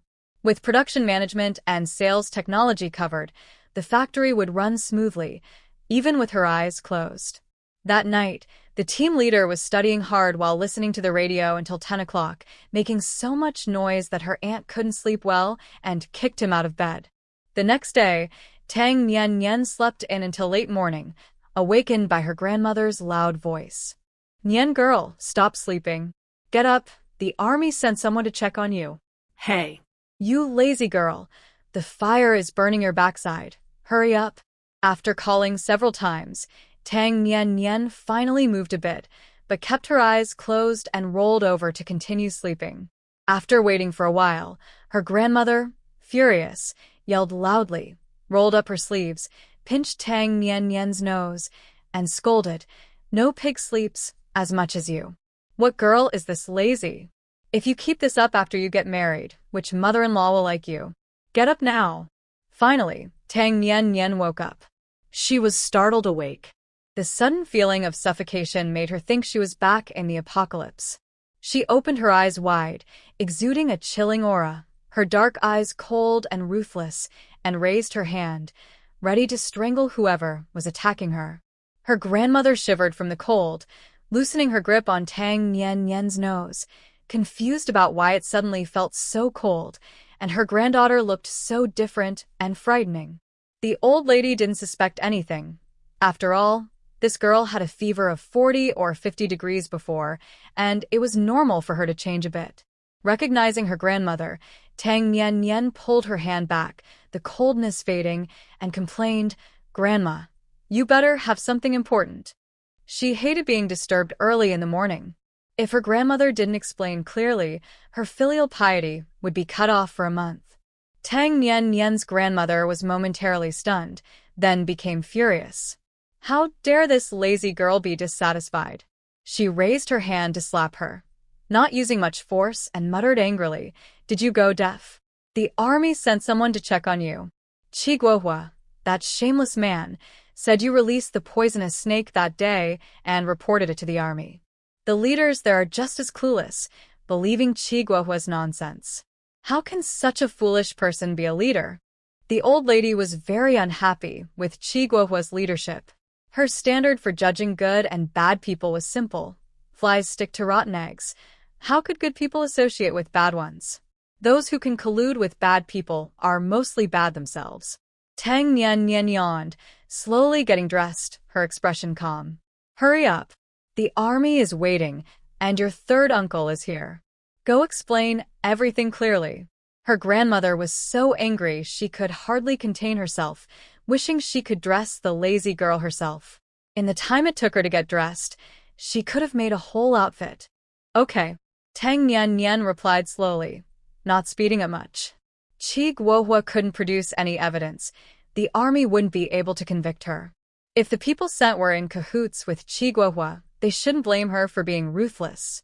You don't need to be afraid. Even leaders can't convict people without reason. This is Tang Village, our territory. If they dare to collude with Qi Guohua, I will cause a scene at the army." Her grandmother thought her granddaughter was scared and softened her tone to comfort her. She wasn't just talking big. If the army dared to arrest Nian Nian, she would definitely make a scene. She was already over 60. If she died, it would be worth it. Tang Nian Nian felt warm inside, looked up, and sincerely said, "Grandma, I'm not afraid." "That's good. Your third uncle also told me to tell you not to worry." Her grandmother left the room to cook. After Tang Nian Nian finished washing up, breakfast was ready. Her grandmother had made stir-fried vegetables with rice cakes and 2 soft-boiled eggs, a rare luxurious breakfast. "Hurry up and eat."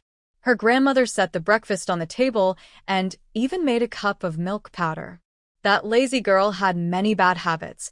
In the morning, she had to drink a cup of milk powder with her dry food.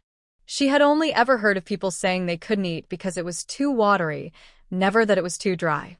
Tang Nian Nian was a bit surprised.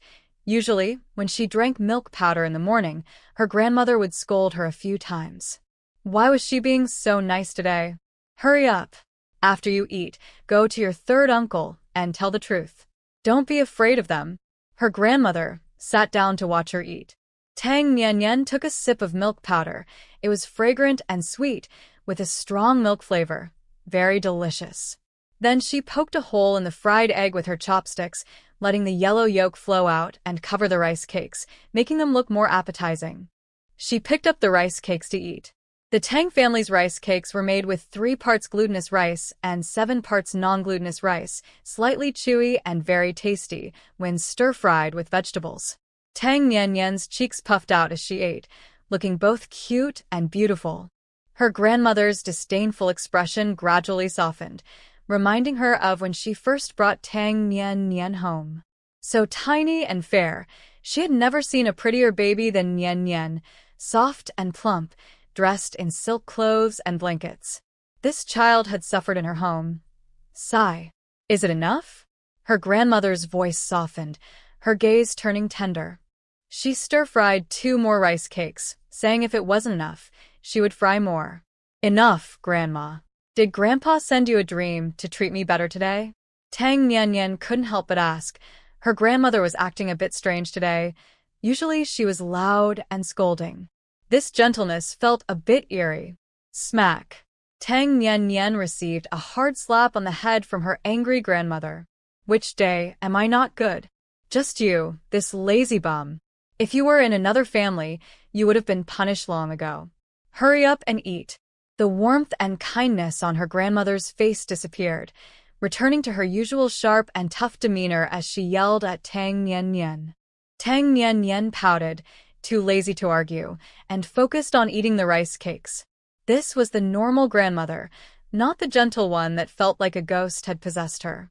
After finishing breakfast, Tang Nian wiped her mouth and went with her grandmother to the village committee. The army sent 3 people. The 2 older ones seem nice and friendly. They probably won't make things difficult. But the young one, you need to be careful. He looks dark-skinned, probably has a dark heart too. If he gives you trouble, just call out. Your 3rd uncle, and I will be outside to help you. All the way there, her grandmother kept talking. She thought the young man sent by the army looked like a troublemaker and would definitely make things hard for her granddaughter. At the village committee, Shen Xiao, Wei Zhongcheng, and Zhou Jin sat at the top, while Qi Guohua limped in with a cane. Report, I am Qi Guohua. Qi Guohua introduced himself, his voice hoarse and weak, sounding very unconvincing. Today the sun was bright, and it was warm outside, but the room felt very cold. As soon as Qi Guohua entered, he couldn't help but shiver. He looked at the 3 people sitting above him, and immediately noticed Shen Xiao. When their eyes met, Qi Guohua shivered again, feeling even colder in the room. Please sit down. Zhou Jin spoke in a relatively calm tone. He had received instructions from above to assist Shen Xiao in investigating this matter. Shen Xiao had made it clear from the start that Tang Nian was his fiancée and that Qi Guohua had maliciously slandered her. Zhou Jin and Wei Zhongqing trusted Shen Xiao. It wasn't that they thought Shen Xiao was particularly good, but rather that he was so strong that he didn't need to stoop to dealing with a small fry like Qi Guohua. Moreover, Shen Xiao was powerful enough to confront issues head-on without resorting to schemes. Adding to that was Qi Guohua's current appearance, skinny, pale, hunched over, and exuding a sense of sleaziness that was far from the demeanor expected of a soldier. Thus, Zhou Jin and Wei Zhongqing's first impression of him was quite poor, naturally leaning towards believing Tang Nian. After all, how could such a beautiful and confident girl, who faced a psychopathic murderer without fear, possibly resort to such despicable tactics? Qi Guohua sat down, trying hard to straighten his back, but after a few minutes, he slumped again, his shoulders uneven and lacking any dignity. Zhou Jin frowned slightly. Even if injured, he shouldn't be this weak. A soldier would rather die standing than live kneeling, and Qi Guohua was too soft. Old Wei, you ask him. Zhou Jin signaled to Wei Zhongqing. Wei was an expert in investigations, while he and Shen Xiao assisted. Wei Zhongqing cleared his throat and asked, Comrade Qi Guohua, what is your relationship with Comrade Tang Nian? Tang Nian was my former fiancé. We peacefully annulled our engagement 2 weeks ago. I never expected her to hold a grudge, and, while I was chopping wood on the mountain, she released a poisonous snake to bite me, resulting in my current condition. I wanted to go to the battlefield to defend my country and bring honor to my family, but now that is impossible. Leader, I have done nothing wrong to Tang Nian. I just want the army to give me justice and for the Tang family to compensate my medical expenses. Qi Guohua spoke tearfully, portraying himself as innocent and pitiful, fully expressing his regret over not being able to go to the battlefield. Crack. The sound of a pen breaking interrupted Qi Guohua's performance. Shen Xiao, expressionless, set down the broken pen, and coldly asked, "You say Tang Nian Nian released a snake to harm you. Do you have any witnesses or evidence?" The temperature in the room dropped significantly, and Qi Guohua shivered several times, feeling cold all over. At that time, only Tang Nian Nian and I were on the mountain. No one else was around. But I am speaking the truth. Most snakes are hibernating in winter. If it wasn't intentional, a snake wouldn't attack a person.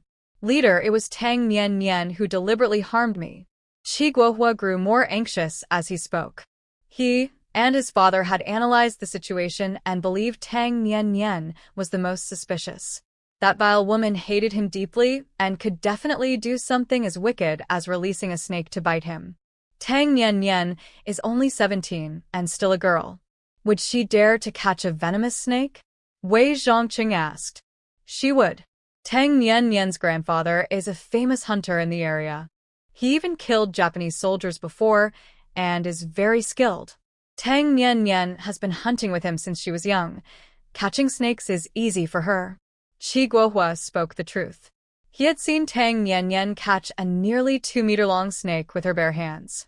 Tang Nian Nian's grandfather killed Japanese soldiers? Zhou Jin became interested. No wonder that beautiful girl dared to confront a psychopathic murderer. She came from a heroic family. Qi Guohua's expression changed slightly, feeling regretful. He had spoken too hastily and accidentally revealed the heroic deeds of the Tang family, which only brought glory to that vile woman. I only heard it from others. I'm not sure of the details, Qi Guohua replied vaguely. Zhou Jin smiled, but his gaze turned disdainful. He had previously worked in political education in the army, guiding soldiers with problematic thoughts. Qi Guohua's little tricks were transparent to him. You have no evidence and are making assumptions to accuse Tang Nian Nian. Qi Guohua, you are unworthy of being a soldier. Shun Zhao's voice was cold. He had initially thought Qi Guohua might have some evidence and had prepared thoroughly. But this guy had disappointed him. Trying to accuse his Nian Nian without any evidence was both foolish and malicious. I don't. What I said is the truth. Absolutely true. I never lie. I swear on my character. Qi Guohua's voice grew louder, and he became increasingly anxious. Things were not going as he had expected. Wasn't he supposed to be supported and have Tang Nian Nian accused? How could a common citizen win against soldiers? But these three were defending Tang Nian Nian at every turn, criticizing him. If he didn't know better, he might suspect they had been bribed by her. You never lie? Shun Xiao coldly questioned. Yes, I never lie. Qi Guohua gritted his teeth, feeling uneasy, but still speaking firmly. Shun Xiao sneered, bent down to pick up a recorder from under the table, took a tape from his bag, inserted it into the recorder, and pressed play. The tape started turning, and the scratchy sound echoed loudly in the silent room. Cold sweat broke out on Qi Guohua's forehead, his breathing quickened, and his fists clenched involuntarily, palms sweaty. He didn't know what Shin Xiao was up to, but his instincts told him it couldn't be good for him. Qi Guohua took a few deep breaths, secretly reassuring himself that he had been careful and hadn't left any evidence. At worst, he wouldn't be able to accuse Tang Nian Nian, and the worst outcome would be returning home to farm. As long as he had a chance, he would be fine. Qi Guohua? I know him. He was my high school classmate, sitting in front of me. But we weren't close. He's like a smiling tiger, very cunning and snobbish, looking down on people like us from the countryside. He's good at flattering teachers, and they all liked him. It's surprising he made it into the army, with his poor eyesight. A man's voice came from the recorder, speaking in the local dialect. Zhou Jin and Wei Zhongqing understood, and their expressions towards Qi Guohua changed, showing hints of anger. Qi Guohua's face turned ugly, and he was drenched in cold sweat. But he still forced himself to remain calm. He absolutely could not lose his composure. I remembered Qi Guohua. He's in the military now. If I had known the physical exams were so lenient, I would have joined too. My eyesight is much better than his. He can't even see the board from the back row. Everyone in our class knows Qi Guohua has poor eyesight. He also likes to report on others. The teachers favor him and always seat him in the front. Who knows how a nearsighted person like him got into the military? He must have used connections. I know this best because I was there for the physical exam with Chi Guohua. I don't have poor eyesight, but I am colorblind. Let me tell you, that was when I learned that azaleas are not gray. Anyway, back to Chi Guohua. He has a good memory. While others were checking their vision, he memorized the directions of the symbols. How do I know? I was standing right next to him and saw it with my own eyes. The recorder captured 18 voices, both male and female, all from Chi Guohua's high school classmates. Xin Xiao arrived in Zhucheng yesterday, first going to Chi Guohua's high school to find the class roster and home addresses. However, some had left Zhucheng, and he only found 18. He initially wanted to uncover Chi Guohua's past misdeeds to prove he was of poor character, but he was pleasantly surprised. Chi Guohua had deceived his way through the physical exam and entered the military. A person with such questionable character could not be trusted. I don't know these people. They are all lying. My eyesight was fine until I got bitten by a snake. Chi Guohua was still stubborn, but the cold sweat on his face showed his inner panic. Wei Zhongcheng and Zhou Jin did not hide their disdain. Luckily, they discovered this in time. Otherwise, who would dare to work with such a sneaky person? Who could guarantee that Chi Guohua wouldn't scheme against them? Xin Xiao turned off the recorder and took out a medical record from his bag, which was Chi Guohua's treatment record from the provincial hospital. Dr. Zhang, who treated your injury, clearly wrote in the record that you had vision problems before the snake bite. He even asked your father about it, and your father confirmed it.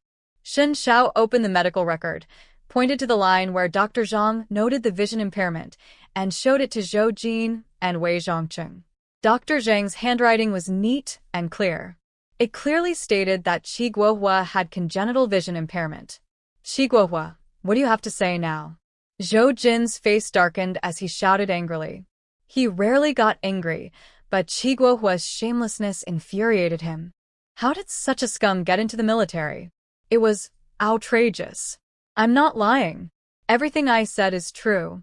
Leader, I really didn't lie. Chi Guohua panicked, insisting he wasn't lying, sweating profusely in the cold, looking utterly disheveled. Wei Zhongcheng stopped Zhou Jin from losing his temper and said, "Let's hear what Comrade Tang Nianyan has to say. We need to follow the procedure. Get out first." Zhou Jin's face was grim as he glared at Chi Guohua, scum. Chi Guohua, looking lost, got up with his cane but lost his balance and fell. He struggled several times but couldn't get up, looking very awkward. Wei Zhongcheng couldn't bear to watch and went over to help him up, escorting him out of the room. Tang Nianyan was standing at the door, having heard everything inside. She knew Xin Xiao was there. She didn't even need to speak for this case. Xin Xiao handled it all himself. Chi Guohua limped over, and Tang Nianyan called out to him. "Did you tell the military that I let the snake bite you?" Tang Nianyan's voice was cold, laced with menace. Chi Guohua shivered. He had just sweated a lot inside, and his shirt was soaked, clinging to his skin like ice, sending chills to his bones. "I'm speaking the truth. It was you who harmed me." Chi Guohua straightened his back, trying to appear bold, looking aggrieved as he continued, "Tang Nianyan, the breakup was a mutual decision between our families. My family even compensated you 100 yuan. I didn't expect you would do something so heartless. Now I'm disabled, are you happy? You're not dead yet, so I'm very unhappy." Tang Nianyan sneered, suddenly raising her hand and slapping him hard. The crisp sound startled everyone. Zhou Jin and Wei Zhongcheng came out, while Xin Xiao remained seated, knowing Nianyan would be fine. Chi Guohua lost his balance and fell hard to the ground, his cane flying far away. "Is the mountain your family's? I went hunting on the mountain, dozens of meters away from you. How is it my fault if a snake bit you? If I really wanted to harm you, I would have caught a 5-step snake and let it bite you, not report it to the military. How dare you blame me? If someone in your family dies, will you say it's my fault too?" With each insult, Tang Nianyan kicked him, deliberately performing for Zhou Jin and Wei Zhongcheng. Chi Guohua curled up, holding his head, unable to resist. Zhou Jin and Wei Zhongcheng frowned, wondering how such a person could last 2 years in the military if he couldn't even handle a woman. Comrade Tang Nian, please stop. Zhou Jin intervened, fearing Qi Guohua might die if this continued. You're this scum's leaders, right? I want to report that Qi Guohua is having an affair. Tang Nian pointed at the fallen Qi Guohua, loudly reporting him. She detailed how Qi Guohua was involved with Yang Hongling, pushed her into the river, and how a rogue saved her. She spoke clearly and concisely, leaving no room for doubt. Leaders, Qi Guohua is ungrateful, despicable, and dark-hearted. To harm my reputation over the breakup, he even tried to pressure me into marrying a lazy, hot-tempered rogue. The military is a place of integrity. How can we allow such a rat to tarnish its reputation? I strongly recommend that you expel this rotten scum from the military. Tang Nian spoke confidently, with reason and evidence, quickly sealing Qi Guohua's fate. Letting him leave the military would be too lenient. Expulsion was the only fitting outcome for such trash. Being expelled from the military would leave a mark on his record, a stain Qi Guohua would carry for life. No matter what he did afterward, this stain would follow him. Xian Chuanrong could remove his landlord's hat in a few years and have a chance to turn things around, but Qi Guohua's stain would never be erased, leaving him unable to recover forever. It's not me. It's clearly your improper conduct and affairs with men. But my family has always remembered your family's kindness in lending money back then and didn't make a big deal out of it. We even compensated you 100 yuan. Tang Nian, don't go too far. Qi Guohua shouted angrily, genuinely appearing wronged. But Zhou Jin and Wei Zhongqing no longer believed him. A person with questionable character could not be trusted. Shun Xiao stepped out, bent down, grabbed Qi Guohua, and knocked him out with a hit to the back of his neck. Silence. Miss Tang, please come inside to talk. Zhou Jin smiled slightly, his eyes curious. He was eager to know how Shin Xiao managed to win over such a beautiful girl. Just last time they were at a restaurant, they didn't even know each other, and now, in just a few days, they were engaged. The speed impressed even him. Tang Nian glanced at Shin Xiao, both pretending not to know each other. Zhou Jin and Wei Zhongqing secretly found it amusing, but didn't expose them. There was really nothing more to ask. The situation was already clear. Zhou Jin went through the usual formalities, took notes, and then let Tang Nian leave. As soon as the door opened, the captain approached warmly, saying, "Leaders, come to my house for some hot tea. This place is too cold." Tang's grandmother had been nagging him in his ear to gather information, making him feel like he had to come over despite his reluctance. "Thank you, Captain Tang," Zhou Jin said with a big smile. "Not a problem. This way, leaders. Lunch is already being prepared. Please don't decline. It's just simple food, but there's some wild game too." Nian hunted it herself. She's quite the hunter. A while ago, she caught a wild boar weighing over 300 pounds and shared it with the whole team. The captain awkwardly shifted the conversation to Tang Nian, clearly wanting to impress the military leaders by praising his niece. Nian has been smart since she was little. She has never scored below 100 on her exams. Recently, she was specially recruited by the Hongxing Machinery Factory as a special talent, doing work that others can't. She earns 98 yuan a month, and no one in the commune can match her skills. The captain beamed with pride. If the sock factory issue had been settled, he would have boasted even more. Tang Nian is a special talent at the Hongxing factory? Zhou Jin's curiosity grew. He clearly remembered that the last time they ate at a restaurant, she claimed she wasn't working. Yes, she was recently hired. Factory manager Wu highly appreciates her and praised her for a full 10 minutes on the phone. He rarely praises anyone, and when he does, it's usually just a brief compliment. Praising her for 10 minutes is a first. The captain exaggerated a bit. He had only spoken for 8 minutes during the call, but he rounded it up. Tang Nian is really impressive, Wei Zhongqing said with a smile. The captain probably wasn't lying.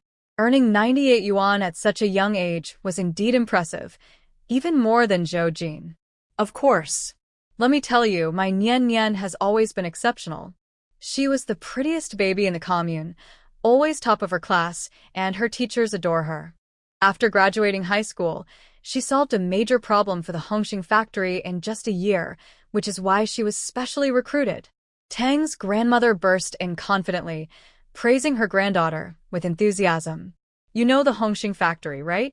It's a state-owned enterprise, and only the smartest and most knowledgeable can be managers. If my Nian Nian weren't excellent, manager wouldn't have noticed her. Tang's grandmother spoke passionately, her excitement evident, and Wei Zhongcheng and Zhou Jin were entertained, eager to hear more. Leaders, you are just as smart and knowledgeable as Manager Wu. You can surely clear my granddaughter's name, right? Just think about it. My granddaughter earns 98 yuan. Would she need to hang herself from that crooked tree because of Qi Guohua? There are plenty of excellent young people in Zhucheng. Why would she need to harm that useless Qi Guohua? Tang's grandmother openly expressed her disdain for Qi Guohua. Who are you calling useless? My Guohua is talented. If it weren't for Tang Nian Nian's schemes, my son would have been promoted by now. You old hag, your whole family deserves to be struck by lightning and suffer. Qi's mother rushed over and started fighting with Tang's grandmother. Shame on you. People like you should be punished, turned to ash, and thrown into a dung pit. Tang's grandmother, still fierce, grabbed Qi's mother's hair and kicked at her, aiming for her stomach and groin. In just a few exchanges, Qi's mother was overpowered and pinned to the ground, receiving a flurry of punches. Old hag, let go of my mom. Qi Guochun rushed in, followed by Qi Guoxiu, and the sisters attempted to gang up. Stop it. What kind of behavior is this in front of the leaders? The captain quickly intervened, halting the chaotic scene. Tang's grandmother saw the situation and kicked Qi's mother one last time before stepping back. On the ground, Qi's mother was disheveled and injured, looking pitiful. Leaders, please help us. Tang Nian Nian's family is driving us to the brink. Qi Guochun suddenly knelt down, banging her head on the ground, crying about Tang Nian Nian's supposed wrongdoings. It's Tang Nian Nian who has a bad reputation, messing around with Yang Baozhen by the river. My brother, caring for her reputation, didn't say anything and even gave her 100 yuan. After taking the money, Tang Nian Nian beat my sister-in-law, knocking out 8 teeth, and threw me into the river, deliberately letting men humiliate me and ruin my reputation. Now she's harming my brother and my mom is in this state. Leaders, we really can't go on like this. The captain is Tang Nian Nian's uncle, so he'll help her. Please, leaders, help us. Qi Guochuan's head hit the ground repeatedly, blood quickly flowing from her forehead, but she continued, without feeling the pain. This was her only chance. She couldn't give up. Only if Tang Nian Nian lost and paid for her family's medical expenses could she avoid being forced into marriage with an old bachelor. Otherwise, with no money and so much debt, her parents would never let her off the hook. Zhou Jin reluctantly helped her up, feeling overwhelmed. He hated people who played the victim. It seemed like the weak always had the right, and everyone instinctively sympathized with the weak, even if they were in the wrong. I won't let that little brat get away with this. Tang's grandmother rolled up her sleeves, ready to teach Qi Guochun a lesson, but Tang Nian Nian stopped her. The grandmother glared, about to speak, when a group of children ran over. Qi Guochun, Sha Mao, Kit Sing Tang Lao Li. Qi Guohua, messing around with Yang Hongling in the grass. A group of kids came running, clapping, and singing like it was a nursery rhyme, their voices clear. Qi Guochun kissed Tang Laolu for 3 minutes. Qi Guohua messed around with Yang Hongling for an hour. These kids were the ones who had received Tang Nian Nian's candy and buns. They had gathered some friends to spread the news about the Qi family scandal. Shut up, you little brats. Get out of here. Qi's father scolded with a dark face, but the kids were fearless and shouted even louder. The Qi family looked embarrassed, but they couldn't retaliate against a group of children. They were outsiders, and these kids were all surnamed Tang. If they laid a hand on them, the Tang family would never forgive them. After the kids sang a few rounds, the captain finally intervened. What's all this noise? Go home. Going home now. The children laughed and ran off. The captain awkwardly smiled, saying, "Leaders, please don't mind. Kids don't know any better." Wei Zhongcheng and Zhou Jin exchanged knowing smiles, their expressions thoughtful.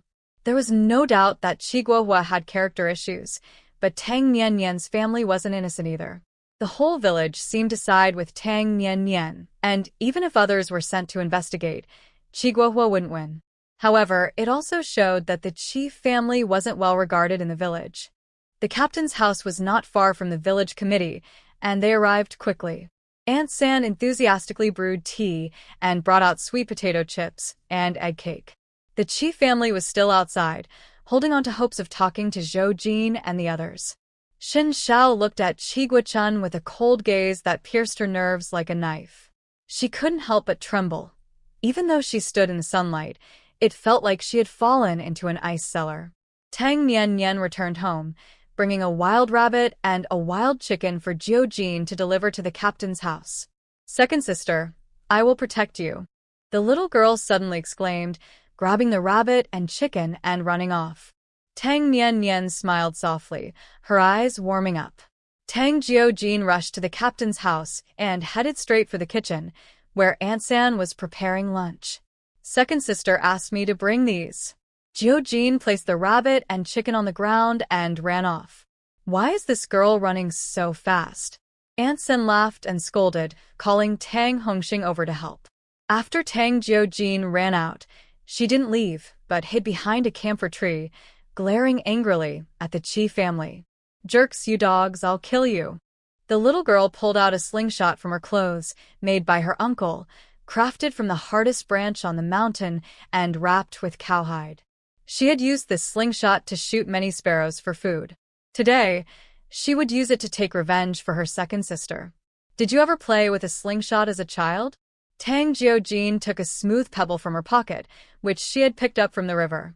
With all her strength, she pulled the cowhide band back, her little face turning red.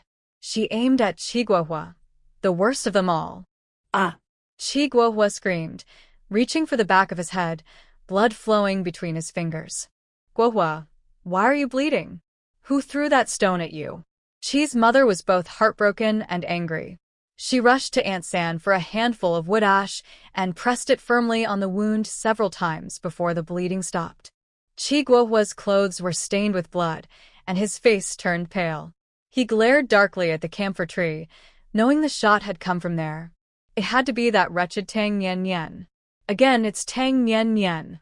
I'll get even with her." Qi's mother guessed correctly. There was no one else but Tang Niannian. That little brat was too wicked. "Mom, don't mess with her." Qi Guohua grabbed his mother. Without evidence, Tang Niannian would never admit it and would only leave a bad impression on the troops. Now he just hoped the troops would side with him, punish Tang Niannian, and make her pay him 1,000 yuan. "That darned girl. We'll settle this later." "Guohua, sit down, don't stand." Qi's mother brought a chair from the captain's house for her son to sit. She looked around and, not seeing her daughter-in-law, couldn't help but scold. "Lazy girl. How can you not come for such a big deal at home? When I get back, I'll give her a piece of my mind." Qi Guohua's expression darkened further. He leaned weakly against the chair, feeling heavy-hearted. Ever since returning from the hospital, Yang Hongling had changed. He knew what she was thinking. She was disgusted with him for being injured. Since she married him, she shouldn't think she can easily escape. "Ah!" Suddenly, Qi Guoxiu screamed, clutching his head, blood gushing down. "Tang Niannian, come out. You shameless brat, come out." Qi Guochun was both angry and panicked, running toward the camphor tree. She had just seen the stone come from there. It had to be Tang Niannian with her slingshot. That brat loved shooting sparrows when she was little, always causing trouble. Tang Jiojin took off running, the wind rushing past her ears. Though she was small and had short legs, she ran fast, and after a while, she turned back to take another shot with her slingshot. She rewarded Qi Guochun with a pebble. It was a lucky shot. The pebble hit Qi Guochun right on the nose. "Ah!" "My nose." Qi Guochun stopped, covering her nose with both hands. Soon, blood flowed out, covering her face. Tang Jiojin laughed triumphantly and disappeared in a flash. When Zhou Jin came out to check the commotion, he saw 3 members of the Qi family injured, 2 on the back of their heads and 1 on the nose. The wood ash at the captain's house was almost used up. "Leader, you have to take charge. Tang Nian shot us with a slingshot. Look, my son and daughter are almost killed by her." Qi's mother complained, convinced it was Tang Nian's doing. "Mom, it was Tang Jiujin." Qi Guochun corrected her, having just seen that it was that little brat Tang Jiujin. "Who is Tang Jiujin?" Zhou Jin asked. "Tang Nian's sister." How old is she? 7. "This whole family has been bad since they were little. Rotten to the core."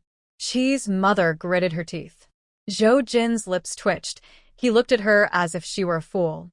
3 adults couldn't handle a 7-year-old girl and still had the nerve to complain?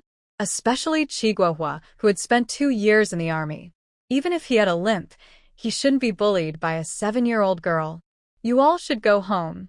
Zhou Jin was tired of talking to the Qi family. This matter already had a conclusion, and he would report truthfully to his superiors when he returned.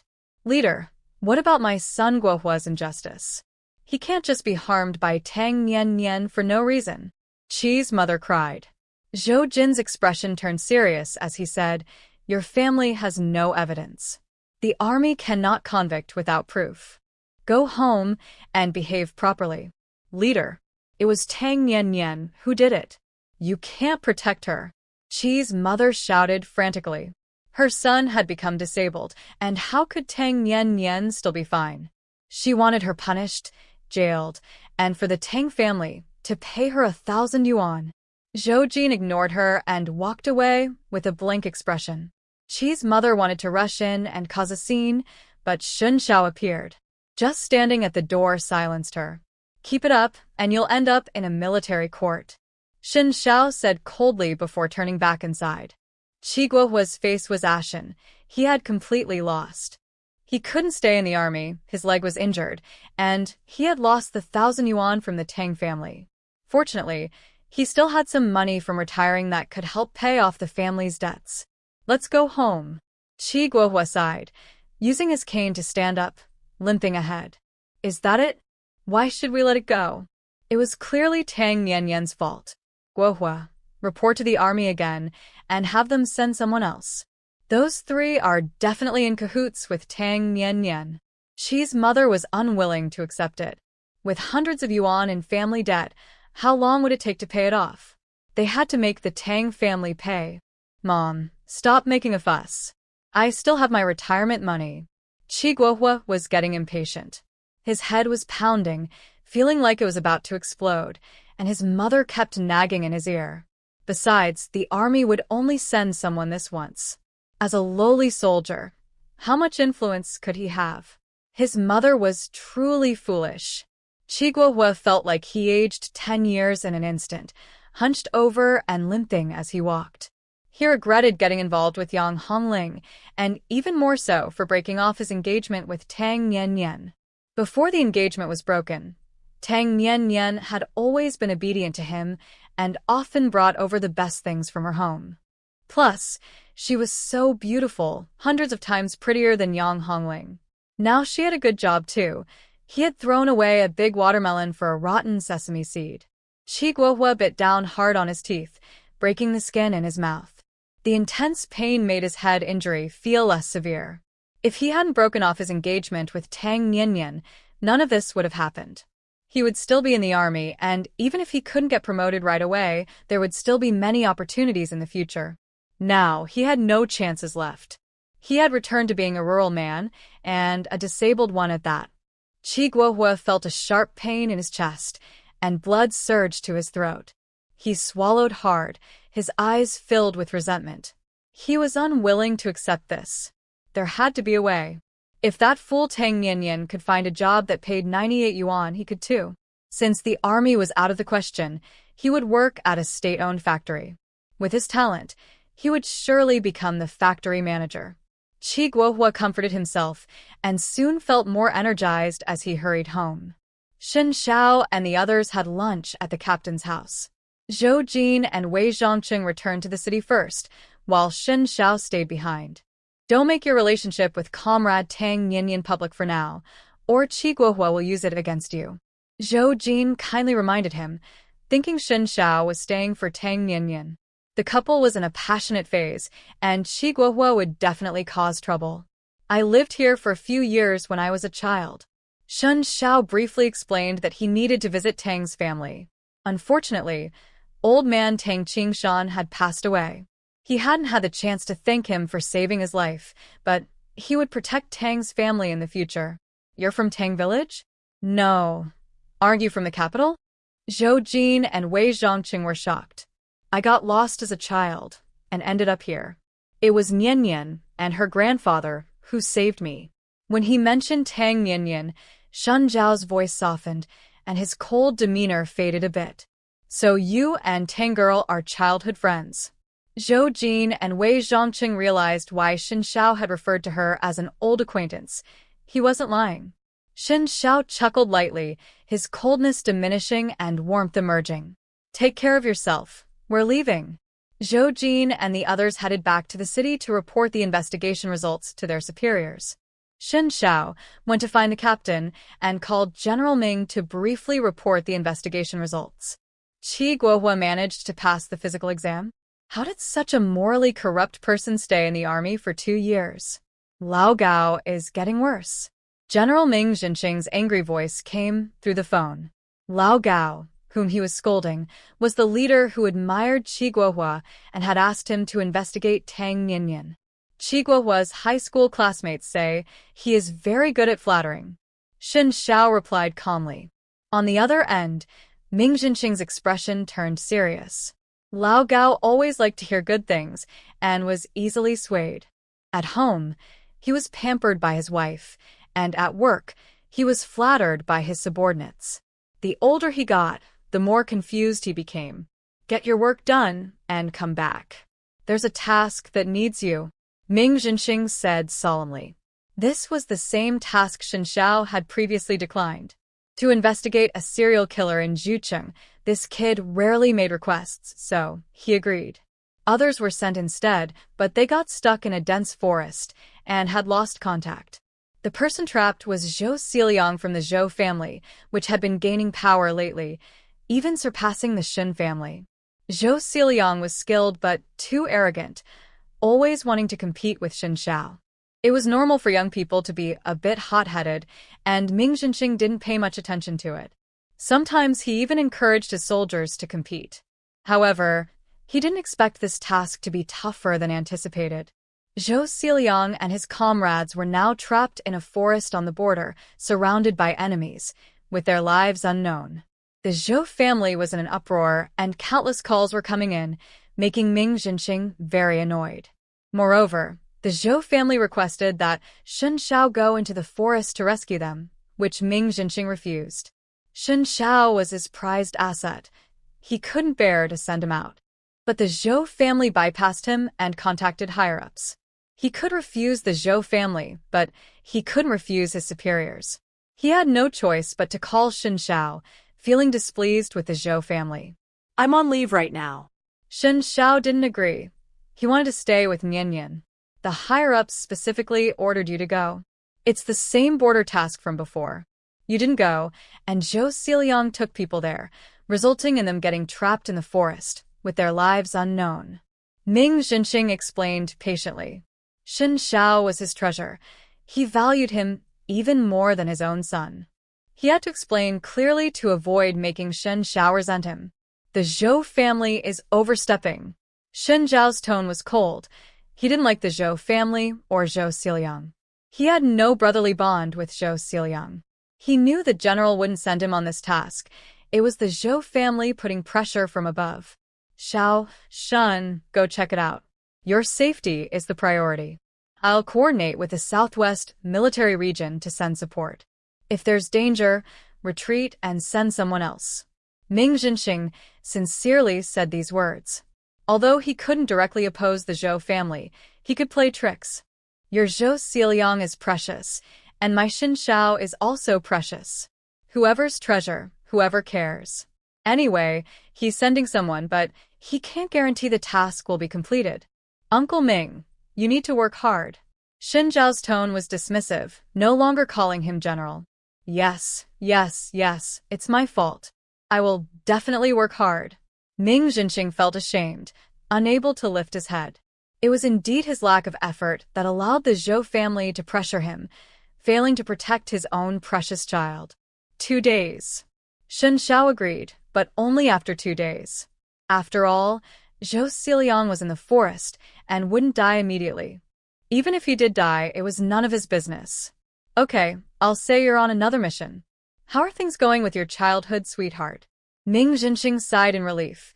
As long as this ancestor agreed, things would be easier. He knew Shen Zhao's skills and temperament well. There was almost nothing he couldn't accomplish. His agility was unmatched, and it wasn't an exaggeration to say he was the best in the military. Moreover, once Xin Xiao agreed to something, he would definitely follow through. As for whether Zhou Xiliang would still be alive in 2 days, Ming Jinxing didn't care. This task was Zhou Xiliang's own request. And, as a soldier, dying on the battlefield was an honor. Once you put on the uniform, your life no longer belonged to you, but to the country and the people. Goodbye. Xin Xiao hung up, not wanting to indulge the general's curiosity. The phone line went dead, and Ming Jinxing was first stunned, then laughed and cursed. You brat hung up on me. When you get married, my red envelope will be halved. This brat's bad temper was hard for most people to handle, but that girl named Tang Nian must be very gentle. Ming Jinxing was very curious about her. He called his superiors. Xin Xiao agreed, but it has to be in 2 days. He's currently on a mission and can't leave. The leader didn't ask much. As long as he agreed, it was fine. They could report back to the Zhou family. Xin Xiao made the call from the village committee, and the captain stayed with him, shrinking back to reduce his presence. Because Xin Zhao's coldness was too chilling, the captain didn't dare get close. This comrade Shen had a heavy aura, even more so than his second uncle, Tang Qingshan, who had killed several Japanese soldiers. Third uncle. Xin Xiao suddenly called out, leaving the captain a bit flustered. What was he calling him for? I can't accept that. Just call me by my name, Comrade Shen. The surprised captain quickly waved his hand, feeling unworthy of being called third uncle. He had heard from Comrade Zhou that Comrade Shen was a high-ranking leader equivalent to a deputy regiment commander. His second son had been in the army for 3 years and was still just a squad leader. The captain's biggest hope was that his second son could be promoted to a company commander. He didn't even dare to dream of a battalion commander. Just being a company commander would make him very satisfied. A deputy regiment commander was a height he never imagined reaching. As a mere production team leader, how could he accept being called third uncle by a deputy regiment leader? He feared it would shorten his life. Third uncle, I am Wolf Cub. Shen Xiao revealed his identity. When he lived in Tang Village, the captain had taken good care of him. The captain's expression changed dramatically, and he pointed at Xin Xiao in shock, unable to speak for a moment. You are Wolf Cub? He quickly realized he had misspoken and felt embarrassed, biting his lip. After all, this was a deputy regiment leader.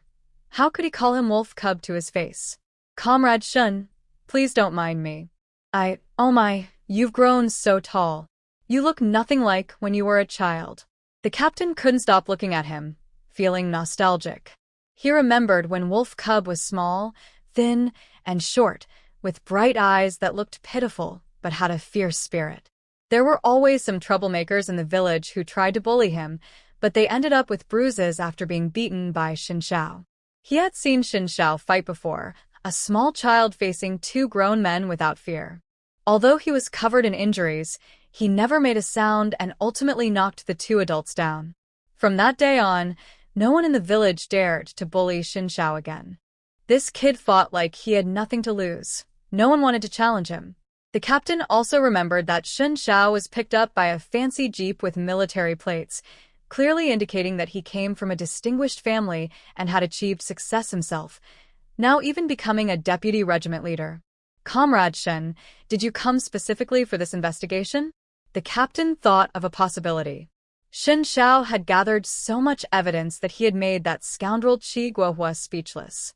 Other people wouldn't be so dedicated. Even Nian Nian might be wronged. No, it was a coincidence.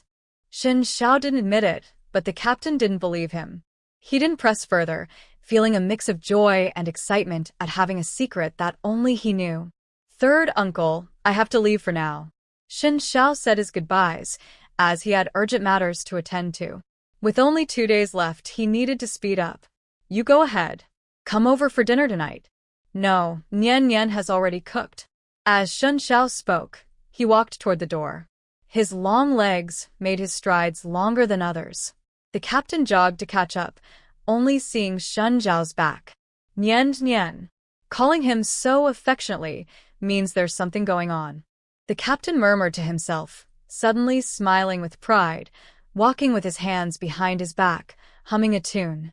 After being a captain for 15 years, he was sure he wasn't mistaken. Nian Nian and Wolf Cub were definitely dating. Soon he would have a deputy regiment leader as a nephew-in-law. The sky in the liberated area is bright, and the people love it. The captain's humming grew louder, his joy evident. His goals had changed. His second son should aim for a company commander position. He couldn't be too short-sighted and only aim for a squad leader. Yay. The captain hummed a tune, filled with happiness as he returned home. Even seeing his daughter with a long face didn't dampen his good mood. Tang family, what? That tall, handsome young man is Wolf Cub? Old Mrs. Tang jumped up from her chair, her eyes nearly popping out. Are you sure you're not lying, you silly girl? Old Mrs. Tang was half convinced. Wolf Cub and that handsome young man didn't look alike at all. Well, their eyes were somewhat similar, both very bright. But the height difference was too much. To her, it felt like Wu Dalong had suddenly transformed into Wu Song. It was more magical than a magic trick. Why would I lie to you? Tang Nian Nian retorted, taking out about 30 sweet dumplings, half sweet and half savory, and placing them in a steamer. Shen Xiao would be coming soon. He loved sweet dumplings, especially the snow dumplings. This guy had a sweet tooth that didn't match his stern appearance. She had given all her snacks to Shen Xiao when they were kids. Why are you steaming so many? Old Mrs. Tang was distressed. Even the emperor's family didn't live like this. Shen Xiao is coming for dinner tonight. Tang Nian Nian lit the fire, added some sticks, and filled another pot with water to prepare the chicken. You should have told me earlier. We have no vegetables at home. Old Mrs. Tang was anxious.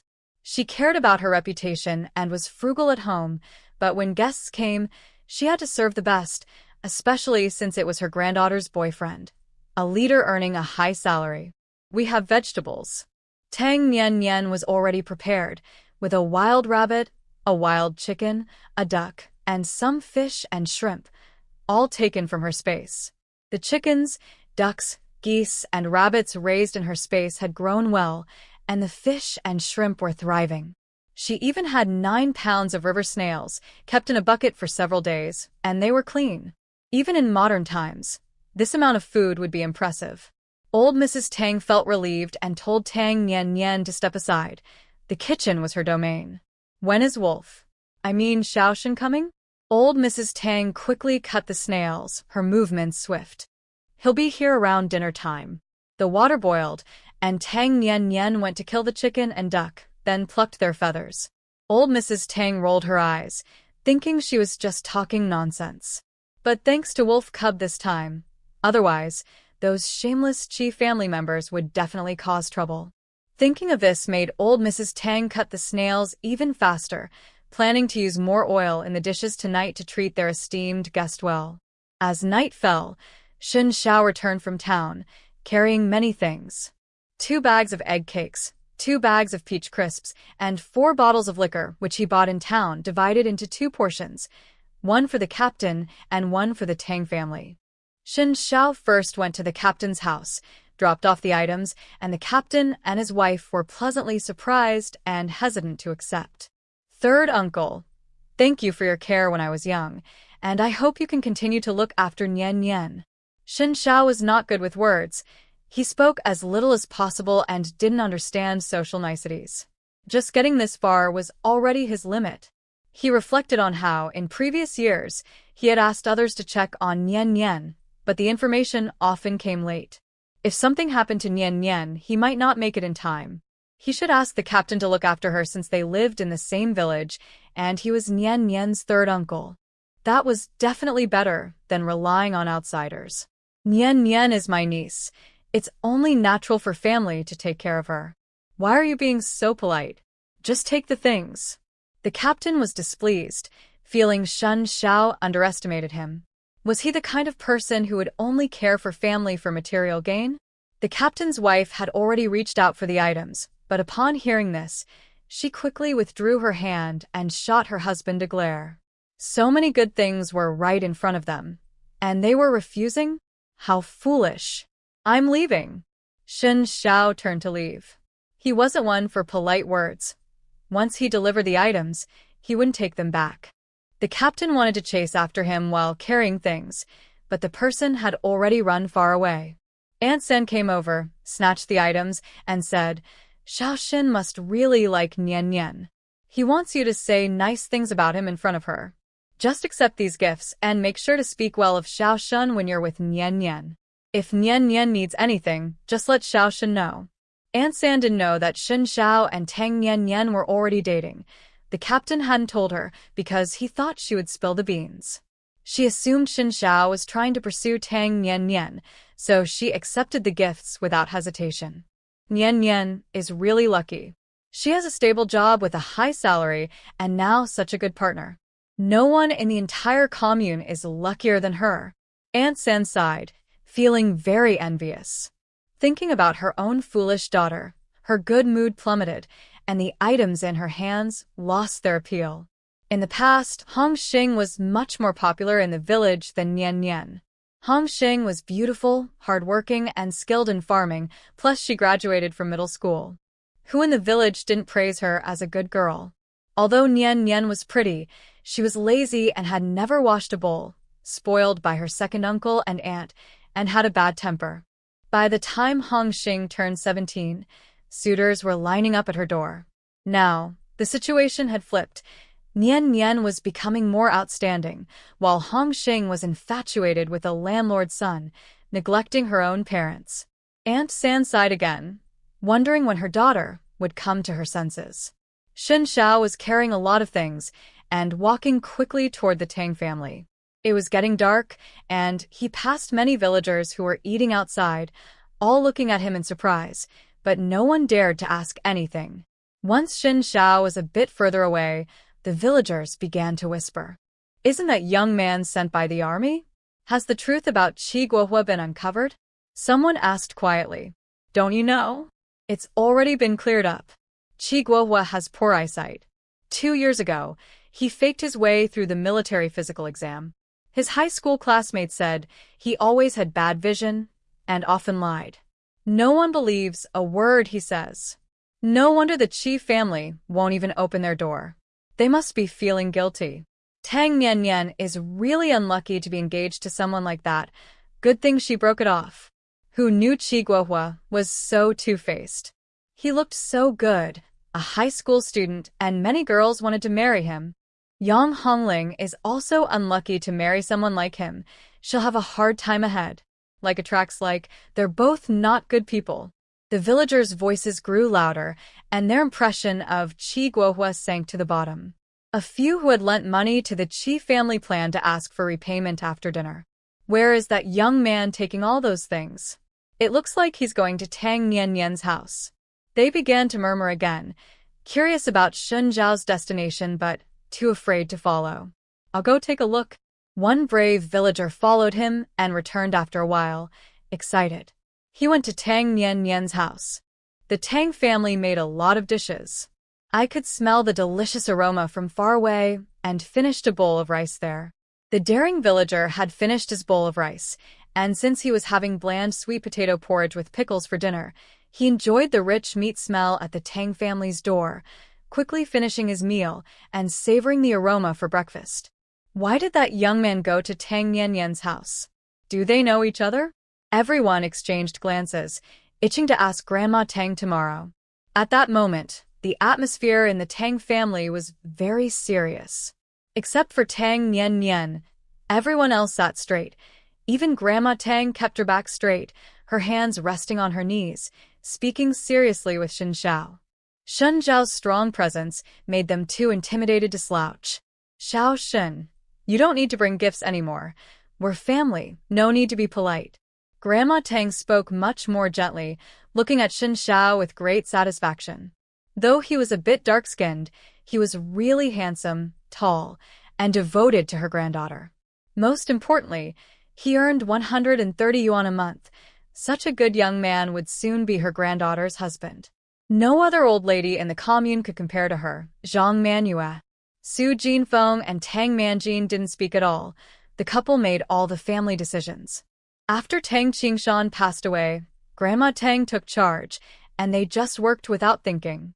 Tang Jiujin curiously looked at Shen Xiao. Is this the second brother-in-law? He looked quite handsome, but like an ice cube. Eating with him would be a bit chilly. But as long as his second sister liked him, it was fine since she had good teeth. Shen Xiao noticed the little girl's gaze and glanced at her, trying to give a gentle smile. However, he underestimated his own aura, and that slight smile was so subtle it was almost unnoticeable, still leaving him with a cold expression. Tang Jiujin was startled and quickly turned away, not daring to look again. Time to eat. Tang Nian got up to get the dishes.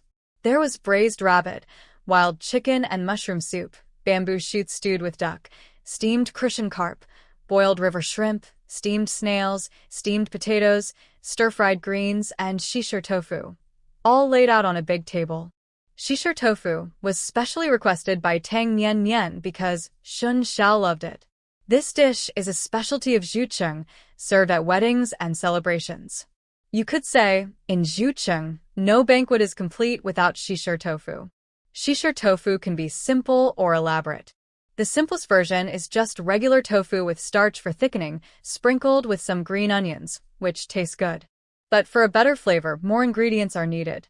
Tang Nian made a broth with chicken soup, minced pork, shredded egg, wood ear mushrooms, garlic sprouts, and bamboo shoots. She heated oil in a pan, stir-fried these ingredients, then added tofu, breaking it apart with a spatula, added water to boil, and thickened it with a starch-water mixture, resulting in delicious shisher tofu. Xiao Shen, try this dish. Nian made it. She said you love it. Grandma Tang warmly invited him and even set out a serving spoon for Shen Xiao to scoop the shisher tofu. Nian's cooking must be delicious. Shen Xiao's expression softened a lot as he scooped a bowl and finished it quickly. It was extremely tasty, and after eating, he felt warm all over, reminiscent of flavors from his memories. Delicious. Shen Xiao scooped another bowl and ate 3 bowls in total before being stopped by Tang Nian, who playfully said, "There are so many dishes. Don't you love snow dumplings? They're filled with red bean paste." She placed a few snow dumplings in front of Shen Xiao, proudly saying, "I made them all." Nian is really capable. Of course. Tang Nian graciously accepted the compliment. She was indeed very capable. Shen Xiao picked up a snow dumpling, took a big bite, and revealed the flowing red bean paste inside. The fragrance of mugwort mixed with the sweetness of red bean paste was incredibly delicious. He quickly swallowed the first dumpling and finished the other half in one bite. Really tasty. Shen Xiao generously praised it, genuinely finding it delicious. He finished all 6 snow dumplings on the plate. The savory ones are also good. I made those too. Tang Nian picked up a few with savory filling, which looked a bit misshapen. Shen Xiao took a bite and immediately praised, "They look good and taste great." Of course. Tang Nian was very pleased. She loved that Shen Xiao was always so encouraging. "This was made by me and this too. All made by me." Tang Nian piled her plate with her dishes, while Shen Xiao's plate was stacked high. It didn't matter. He ate quickly and had a big appetite, so no matter how much Tang Nian served, he could finish it all. Nian is amazing. Nian is so capable. It's really delicious. It's so good. One was desperately serving food, the other was eagerly eating, and both were praising each other, completely in sync, ignoring everyone around them. Tang Manjin and Su Jinfeng rubbed their arms, feeling a bit mushy, but it was fine. If they could eat this much meat every day, they could handle a little more mushiness. They didn't mind. Old Lady Tang occasionally shot glances at her granddaughter, hoping she would be a bit more reserved, but Tang Nian didn't notice at all. Her heart was entirely with Xin Xiao. The old lady felt more sour than a vinegar jar. One is clumsy, the other is blind, and they dare to show off like that. Old Lady Tang grumbled to herself, but she felt pleased. Xin Zhao's willingness to cooperate with her granddaughter showed he truly liked her, much better than that scoundrel Qiguohua. They finished a whole table of food, including the Qingming rice dumplings. The Tang family had a big appetite, and Xin Zhao's was even bigger, but he still felt full and let out a satisfied burp. Old Lady Tang began to clean up the dishes, secretly shocked. One Xin Zhao's appetite could match 3 big men, and half of his salary would probably go to food. Fortunately, Xin Xiao earned well and could take care of himself. Oldest son, go tell Man Shan that Xin Xiao will stay at his place tonight. Old Lady Tang instructed. Xin Xiao couldn't stay at home. It wouldn't look good for Nian's reputation. Take this over. Old Lady Tang packed 10 eggs for her eldest son to deliver. They couldn't stay for free. Grandma, I need to go do something. Xin Xiao also stood up. He had things to take care of. Go ahead. Old Lady Tang picked up a large stack of dishes to wash in the kitchen when she suddenly thought of Bai Sui and asked Tang Nian, "Where's the yellow dog? I haven't seen it." She had left a big bowl of chicken soup mixed with rice for the big yellow dog. Maybe it's out playing. The food is warming in the pot. I'll feed it when it comes back. Tang Nian also found it strange that Bai Sui wasn't in the space. Where could it have gone? Like owner, like dog. You have so many bad habits, and so does your dog. Who needs hot food? It's usually just leftovers. Old Lady Tang complained, feeling that the big yellow dog was more particular than people, refusing to eat cold food or scraps, only wanting warm meals. It was quite picky. She thought it had inherited its owner's bad traits. Even while grumbling, she still put the big bowl of chicken soup mixed with rice in the pot to warm it up, so Bai Sui could have hot food when it returned. Tang Nian and Xin Xiao went out. The village was almost empty at night. It was the end of March, and the cold wind made everyone reluctant to come outside. Xin Xiao held her hand as they walked slowly. I have to go back to the military district the day after tomorrow.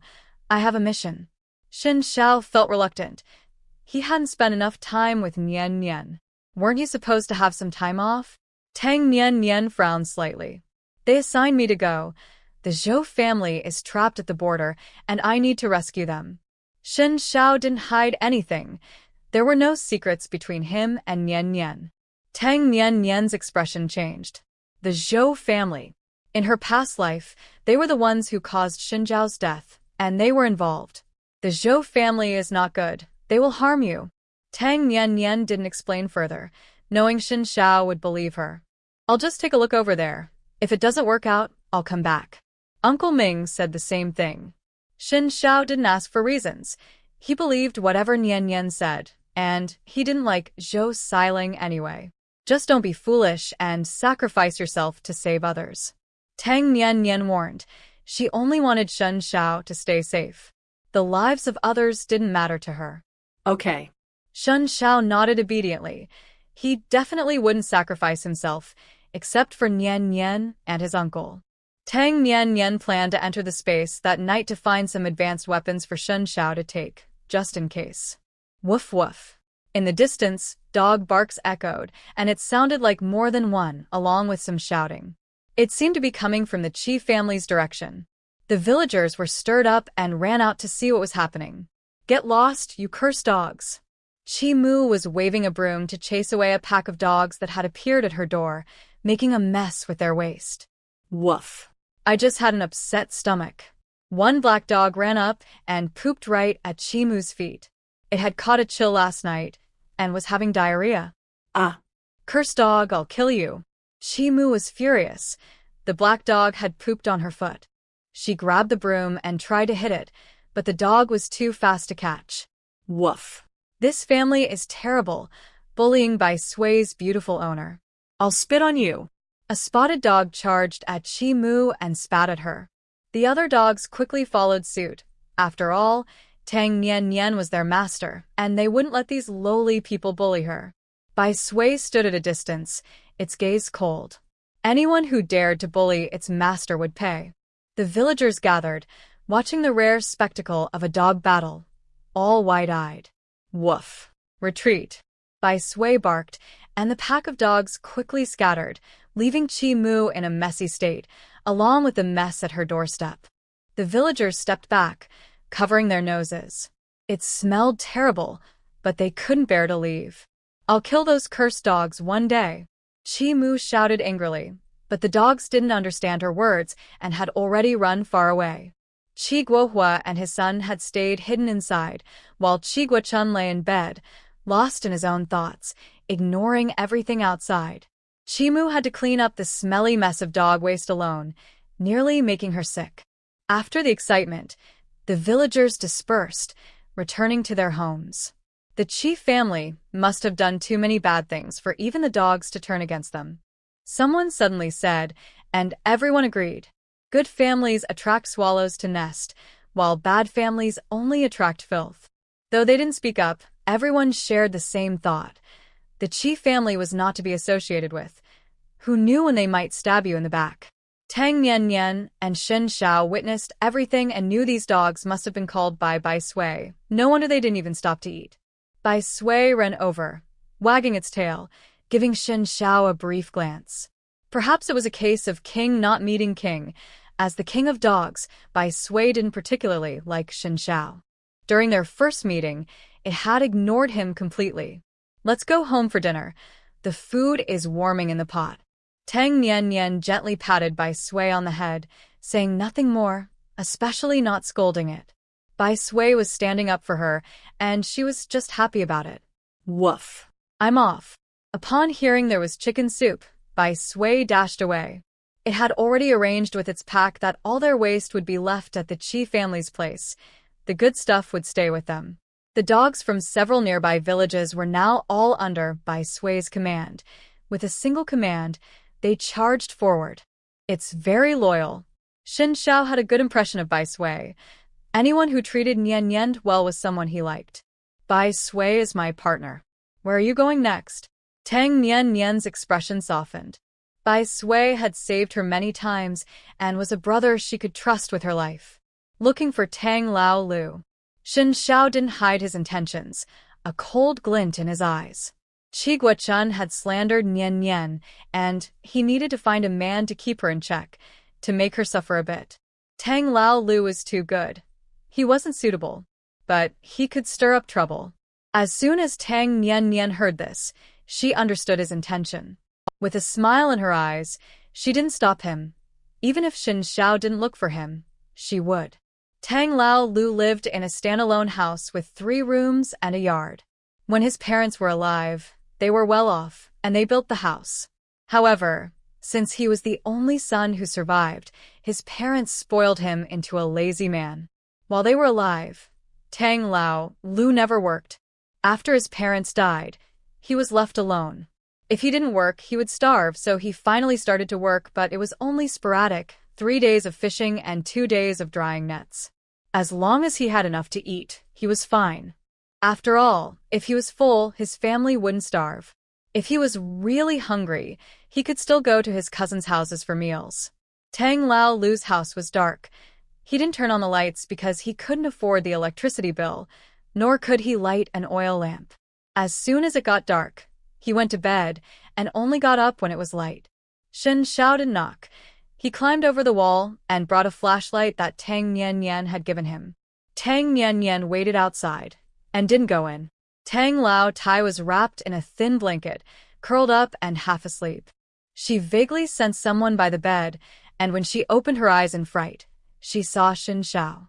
Thinking he was the Grim Reaper, she turned pale and trembled. I'm only 42, not old enough yet. Can you go to the 3rd granduncle instead?" Gathering his courage, Tang Lao Lu tried to negotiate with the Grim Reaper.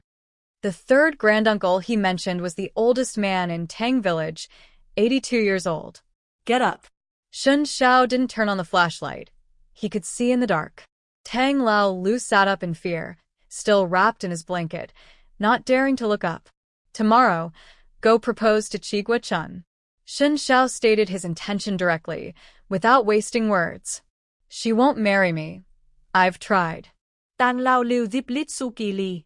He thought he could have a young wife since he had been close to Chigwa-chun, but she refused to marry him. Whenever he got close, she threatened to kill herself, and he didn't dare to cause any trouble, so he gave up. If you can't marry her, then die. Shen Xiao didn't want to think of solutions.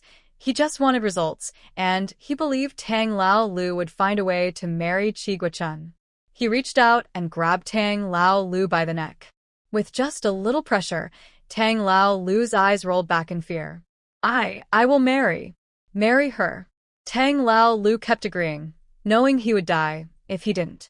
Although he couldn't understand why the Grim Reaper was taking on the role of the matchmaker, insisting he marry Chigwa-chun. If you don't marry her within half a month, you die. Shen Xiao didn't waste a single word. He should be back in Hu City in half a month, and he could call the captain to find out if this lazy man had done as told. I will marry her, I promise. Tang Lao Lu was so scared his face turned pale, trembling like a leaf. Compared to the Grim Reaper, he would rather marry Chigwa-chun, the fierce woman. He had to marry her. He was only 42 and could live for decades more.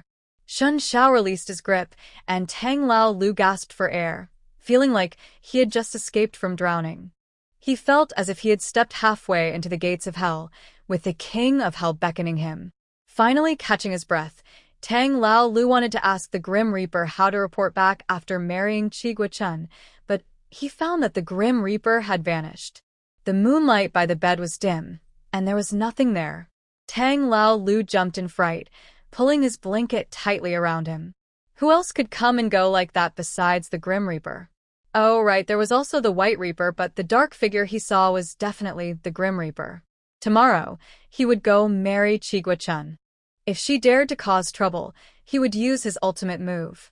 Tang Lao Lu made up his mind and went back to sleep, needing to gather his strength for battle with the fierce woman the next day. After Shen Xiao left Tang Lao Lu's house, he changed direction and went to the Qi family. He climbed over the yard wall.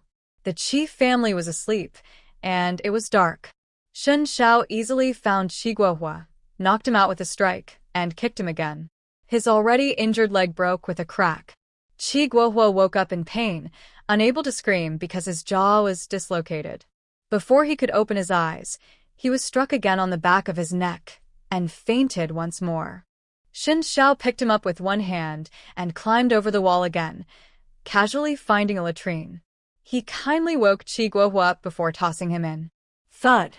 Chiguohua fell into the latrine like a projectile, splashing filth everywhere. Tang Nian covered her nose tightly and shot a glare at Shen Xiao as he walked over. This move was truly cruel, but she liked it very much. That night, Shen Xiao stayed at the captain's house. For breakfast, Tang Nian sent over dozens of Qingming rice cakes. Shen Xiao had a big appetite, and the captain's family didn't have much food. Aunt San definitely wouldn't cook too much, not wanting her husband to go hungry. Nian, when did you and Xiao Shen start dating? Aunt San pulled her into the kitchen to ask. Since we were kids. Tang Nian meant they were childhood friends, but Aunt San misunderstood, thinking it was an arranged marriage set by Old Man Tang when they were young. No wonder back then, Nian often took food from home to feed the wolf cub. Old Man Tang never said anything. It turns out he was raising a grandson-in-law back then. Aunt San admired Old Man Tang greatly. In terms of vision, no one in the entire Tang village could compare to him. If she had known that Wolf Cub would be so successful, she could have raised him too. Maybe now, Xiao Shen would be her son-in-law. Aunt Sen felt very regretful, but she only dared to think this in her heart, afraid to tell her husband for fear of being scolded. Nian, you're now officially employed and have found such a good partner in Xiao Shen. You are the most successful in the family. Don't forget to help your 3 brothers in the future. Aunt San was referring to her 3 sons. The eldest and youngest were temporary workers in the county, while the second was in the army. The Tang family had been farming for generations without any particularly successful relatives. Now, it seemed they had to rely on Nian Nian. We'll see. Tang Nian Nian didn't refuse, but didn't immediately agree either. The captain's family was quite nice. In her previous life, when the Tang family had troubles, the captain's family helped a lot, and they were also affected. Within reason, she would definitely help. Aunt San beamed with joy, looking at Tang Nian Nian with even more affection and showering her with compliments. Tang Nian Nian smiled slightly, not thinking Aunt San was being opportunistic. Everyone has their own interests, and it's normal to seek benefits for their family. As long as it was within her capacity, she could accept it. That day, 3 events happened in Tang Village, giving the villagers plenty to gossip about. The first was that the dogs came again last night and left their mess at the Chi family's door. The freshly cleaned entrance became foul-smelling again, and the stench could be smelled from several meters away. The second was that Tang Lao Lu personally went to the Chi family to propose. The third was that Chi Guohua was found soaking in the latrine, reeking so badly that he had to be thrown into the river to wash off. I kissed Chi Guochun for 3 minutes and even touched her. If she won't marry me, who will she marry? If she won't marry me, I'll go to other villages to seek justice. I've kissed and touched her. Besides marrying me, who else can she marry? What does your Chi family have to be proud of? A bunch of broken people, dirty and smelly. Even the dogs dislike you. Marrying Chi Guochun is a good deed. 10 days, no waiting.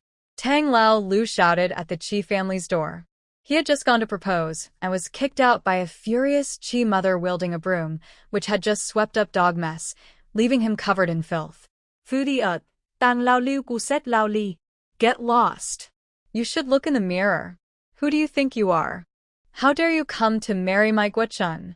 If you dare to talk nonsense outside, I'll kill you. Chi mother shouted angrily with the broom. She planned to marry her daughter off to the mountains for 100 yuan in bride price. She definitely wouldn't agree to marry Chi Guochun to a lazy man like Tang Lao. Which of my words are nonsense? Did Chi Guochun not let me kiss her? Not let me touch her? Did I not save her life? A life-saving grace deserves a return, a rule passed down by our ancestors. You Chi family are ungrateful and heartless.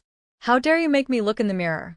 You Chi family don't even need to urinate yourselves. The dogs do it for you. Everyone hates you, and even dogs dislike you. What are you so proud of?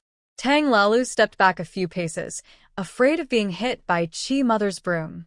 Then he stood with his hands on his hips, head held high, and shouted angrily. He used to be afraid because Chi Guohua had a bright future, but now Chi Guohua was just like him, with a limp leg, even worse off. Why should he be scared? Tang Lalio's shouting quickly attracted the whole village, who had just finished breakfast and were heading out to work. Villagers carrying farming tools surrounded the Chi family's door. That's right. Lalu kissed her for at least 3 minutes. I saw it with my own eyes. Lalu touched Chi Guochun and even squeezed her. I witnessed it. If Chi Guochun doesn't marry Lalu, who will she marry? He's already touched her all over. A few onlookers started teasing loudly. In the past, they wouldn't have dared, but now they felt no shame. With Chi Guohua, the most promising member of the Chi family, now a cripple, what did they have to fear? Tang Lalu was very pleased and shouted, Chi Guochun, you can hide from the first day, but not the 15th. You are mine, alive or dead. I give you 10 days to come to my house. Otherwise, I'll go to the commune every day to expose the wrongdoings of your Chi family. It was either the Chi family or Tang Lalu who would perish. The Lord of the Underworld had given a stern warning, and he dared not disobey. You heartless people, be careful of retribution. Chi mother trembled with anger, her face pale, unable to speak. Chi Guohua and his son had not shown themselves, while Chi Guochun lay in bed crying, and Yang Hongling coldly ate breakfast, indifferent to it all. Woof. Spit. At that moment, a spotted dog ran over and spat at Chi mother. After that, it squatted by the threshold of the Chi family and urinated before running away. The dog had woken up late and missed the collective action called by the village. When it finally arrived, it was scolded by the other dogs. Feeling ashamed, it decided to make amends. So, the dog rushed over and put on a show. It excitedly ran in front of the elder dog, wagging its tail and looking at him with big, wet eyes, gently saying woof. I spat 3 times and relieved myself of the pee I held in last night. Please don't be angry. Woof. Go away. The elder dog dismissed it with a wave of its paw, unable to tolerate the dog's annoying voice and gaze. Woof. I won't eat poop anymore. I had mint last night. Smell. It's fragrant. The dog tried to get closer, but was pushed away again. Woof. Eating poop once means smelling bad for life, Scram. The elder dog was furious. It didn't want to associate with a dog that ate poop. It was a proud elder dog, and its partner had to be beautiful and strong. Definitely not one that ate poop. Woof. What are you? Woof. I want to fight you to the death. Woof. You shameless little dog. Woof. If I can't have a chance, you're nothing. A group of angry female dogs rushed over and pinned the spotted dog down, attacking it. They all had feelings for the elder dog, but were rejected. They weren't angry with the elder dog. They were just mad at the shameless dog. In no time, a dog fight broke out, for flying, even more lively than the shouting match at the Chi family's door. Tang Laolu laughed triumphantly, sneering, "Now it's your chief family facing retribution. Even the dogs dislike you. If I weren't too poor to marry, I wouldn't even look at Chigua-chun. 10 days, starting today. Let Chigua-chun come to my house." Tang Laolu made his threats and left. He didn't plan to pay a bride price, throw a banquet, or even get a marriage certificate because that would cost 7 dimes, which he couldn't afford. The villagers dispersed, still talking about the Chi family's troubles, which were too big to ignore. Even Tang Laolu can claim to be Chiguachuan's father. He really has no shame. Some villagers couldn't stand it, feeling Tang Laolu was going too far. After all, he was 42, and Chiguachun was only 18. The age difference was too great, and using such despicable means to force a young girl to marry was shameful. What if he's older? Tang Laolu saved Chiguachuan's life and even kissed and touched her. She's already been touched by him. Who else could she marry? Exactly, her purity is gone. What man would dare marry Chiguachun? Marrying her is like wearing a green hat. Even if it's a loss, my family wouldn't want such an unclear woman. A few villagers shouted loudly, believing Chiguachun should marry Tang Laolu, using her purity as an argument. Others didn't refute them, as it wasn't their business, and the chief family was so disliked that they wouldn't defend them. Tang Nian and Xin Xiao were not far away and heard everything.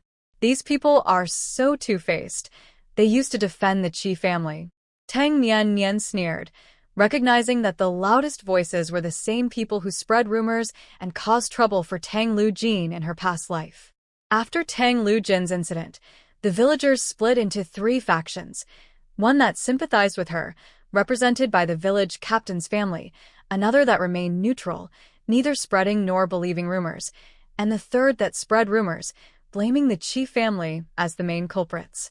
The people in front of her were accomplices. In her past life, these people played a significant role in forcing her to marry Yang Baozhen. Every place has those who harm others without benefiting themselves. Now that she had started a sock factory, these people would surely oppose her. They would have to live in poverty forever. Let's go. Xin Xiao sensed her anger and took her hand. Okay. Tang Nian's coldness faded as she glanced at the foul-smelling Qi family, feeling better. The two found a quiet spot where the elder dog and a group of dogs were. Upon seeing her, the dogs excitedly wagged their tails, barking to show off. Woof. Don't bark. The master is mine. The elder dog barked, and the group of dogs immediately fell silent, not daring to bark again. Everyone gets a share. Line up. Tang Nian took out cans and dog food, along with bones, to reward the dogs. Woof. There are big bones. Wow, I eat better than 2-legged beasts. Woof. I love you, master. Woof. Nian, I love you. Do you need a warm bed? The dog's eyes sparkled with excitement, feeling lucky to be dogs in a time when humans struggled to eat. They had only eaten rat meat before, From now on, Tang Nian Nian would be their queen. A few male dogs vied for Tang Nian Nian's attention, eager to please her. Shun Xiao couldn't understand dog language, but he could sense their intentions. Having mingled with wolves for years, he was furious that these bold dogs dared to compete with him for Nian Nian. He darkened his expression, exuding a murderous aura that made the bold male dogs immediately tuck their tails and scurry away with their bones. Tang Nian Nian laughed so hard that she almost cried. She was actually jealous of a dog. How petty. If you see anyone from the Qi family in the future, spit at them. There's a reward. Tang Nian Nian squatted down and instructed all the dogs. Woof. Got it. The dogs barked loudly, ready to spit at the Qi family. Good.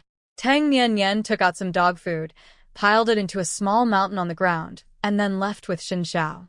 With these adorable dogs standing up for her, the good days for the Qi family were over. Qi family? I don't want to marry Tang Lao Lu. I'd rather die than marry him. Qigua Chun cried until her eyes were swollen and her voice was hoarse. She heard Tang Lao Lu shouting so loudly. She didn't want to marry this old bachelor, but she was afraid that he would go around spreading rumors and ruin her reputation. Although she couldn't marry a city official, Qigua Chun still dreamed of marrying into the city. She looked down on rural men and didn't want to spend her life farming in the countryside. Tang Lao Lu only gave me 10 days. That jerk really might spread rumors. What should I do now? Qi's mother was furious, her mouth full of sores, and her voice was hoarse. She was counting on her daughter's marriage to earn 100 or so in bride price. Those greedy people in the village seemed to have made an agreement. They all came to demand money last night. This family wanted 10, that family 6 or 8, adding up to about 200. The family couldn't spare a penny and had to find a way to deal with the daughter's marriage. But if Tang Lao Lu kept causing trouble, her daughter's reputation would be ruined, and the bride price would definitely be low. Darn Tang Lao Lu, that old scoundrel. Why hasn't heaven struck him down? Qi's mother cursed through gritted teeth. Qigua Chun sobbed. Qigua Hua and his father had dark expressions, their faces pale, silent. Yang Hongling hid in the house, ignoring everything. Ever since Wei Zhongcheng and the others left, she had been like this, not working or getting involved with the Qi family's matters, locked away in her room, lost in thought. Go clean up the entrance. Qi's father finally spoke, getting up to grab farming tools. He still had to work. With so many mouths to feed at home, if they didn't work, they would only be left with the wind. Stop crying and go to work. Qi's father shouted at his daughter and, after Qi's mother finished sweeping, he went to work. He didn't call Yang Hongling because it wouldn't help. She completely ignored him. Besides, Qi's father hoped to rely on Yang Hongling's background and connections to turn things around, so he treated her with some respect. Hua, you stay home and rest well. Seeing his son looking dejected, Qi's father couldn't help but sigh. He felt like he was dreaming, hoping that when he woke up, all the misfortune would disappear, and his son would still be the most promising young man in the village. With a sigh, Qi's father left, opening the door to a foul smell. Even after cleaning, the stench lingered at the entrance. After gagging a few times, Qi's father held his breath and hurried away. But as he neared the fields, a pack of dogs chased after him, barking wildly and spitting, covering him in saliva. Get lost. Darn beasts, I'll beat you to death. Qi's father, furious and embarrassed, grabbed a hoe and swung it at the dogs, but the well-fed dogs were too agile to hit, and they took the opportunity to spit on him again. Woof. Retreat. Bai Sui stood nearby, watching, and when the time was right, ordered his pack to retreat. The dogs left quickly, leaving Qi's father covered in saliva, holding the hoe like a warrior, surrounded by a terrible stench.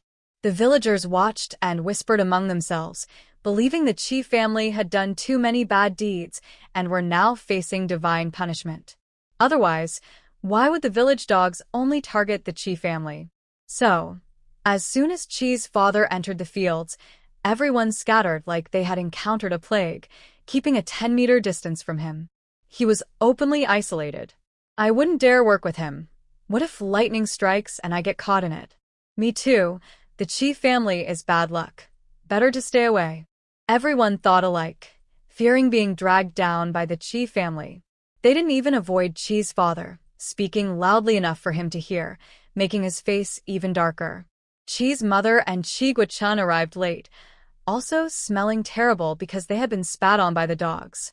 This made the villagers even more convinced that the Chi family was facing divine punishment, but they only dared to speak about it privately, not wanting to promote superstitions. Shen Xiao and Tang Nian walked around the village, and everyone saw them, knowing he was eating at the Tang family's place. They were curious about his identity, and went to ask the brigade leader's wife. He's that wolf cub. You all saw him when he was little. Xiao Shun is now an officer in the army, earning 130 a month. He came to thank Elder Tang for saving his life. The brigade leader's wife, informed by the brigade leader, revealed Shen Zhao's identity, saying he came to express gratitude for Elder Tang Qingshan's help. Oh my, he's that wolf cub. How did he grow so tall? He's taller than my door. He was so short when he was young. What did he eat? He earns 130 a month? How can he spend all that? Does he have a girlfriend? Xiao San's wife. Can you introduce him to my daughter Shanxing? She's pretty, works quickly, cooks well, and she and comrade Xiao Shun are childhood friends. If this match is made, I'll buy you leather shoes. The villagers were shocked by this news, unable to connect the tall and handsome Shen Xiao with the short and dark wolf cub they remembered. It was true that boys grow up and become more attractive.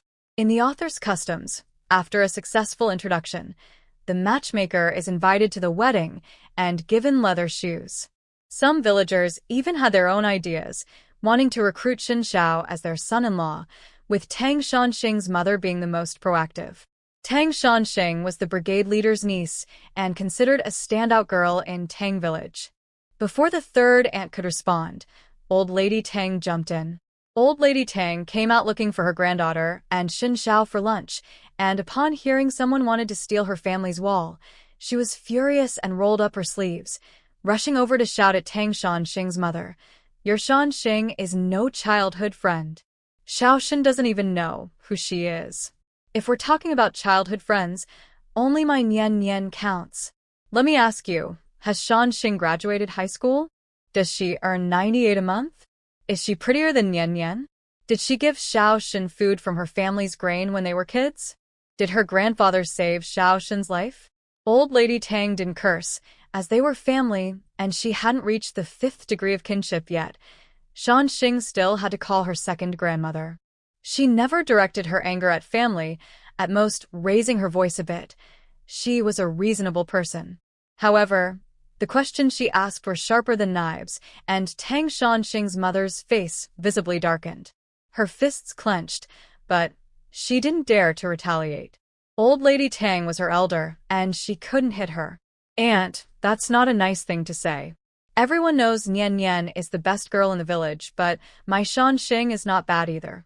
Xiao Shen is not even Nian's boyfriend, so why are you so anxious?" Tang Shanxing's mother argued. "Just don't have any funny ideas. You know about social status, right? Xiao Shen earns 130 a month, and your Shanxing has to stretch every penny. Can she really spend that much?" Old Lady Tang huffed and raised her head, determined to find her granddaughter and son-in-law. The Tang family is very careful with money. They even divide toilet paper into 4 pieces. Even she can't stand it. How could such a family be good enough for Xiao Shen? Only her own spendthrift granddaughter deserves him. With a salary of 130, that girl would definitely spend it all. Old Lady Tang actually admires her granddaughter. If it were her, she wouldn't know how to spend 130. She would feel bad spending even a little more. If she spent it all, she'd be upset every day. Being able to spend money is a skill, and Tang Shanxing doesn't have that skill. No girl in Zhucheng can spend money like Nian. Old Lady Tang strutted around like a proud hen, feeling very pleased. If it weren't for her granddaughter telling her not to reveal her relationship with Xiao Shen in the village for now, she wouldn't have been so reserved and would have spread the news widely. Others probably sensed something and stopped suggesting introductions for the captain's wife. Although old lady Tang's words were harsh, she had a point.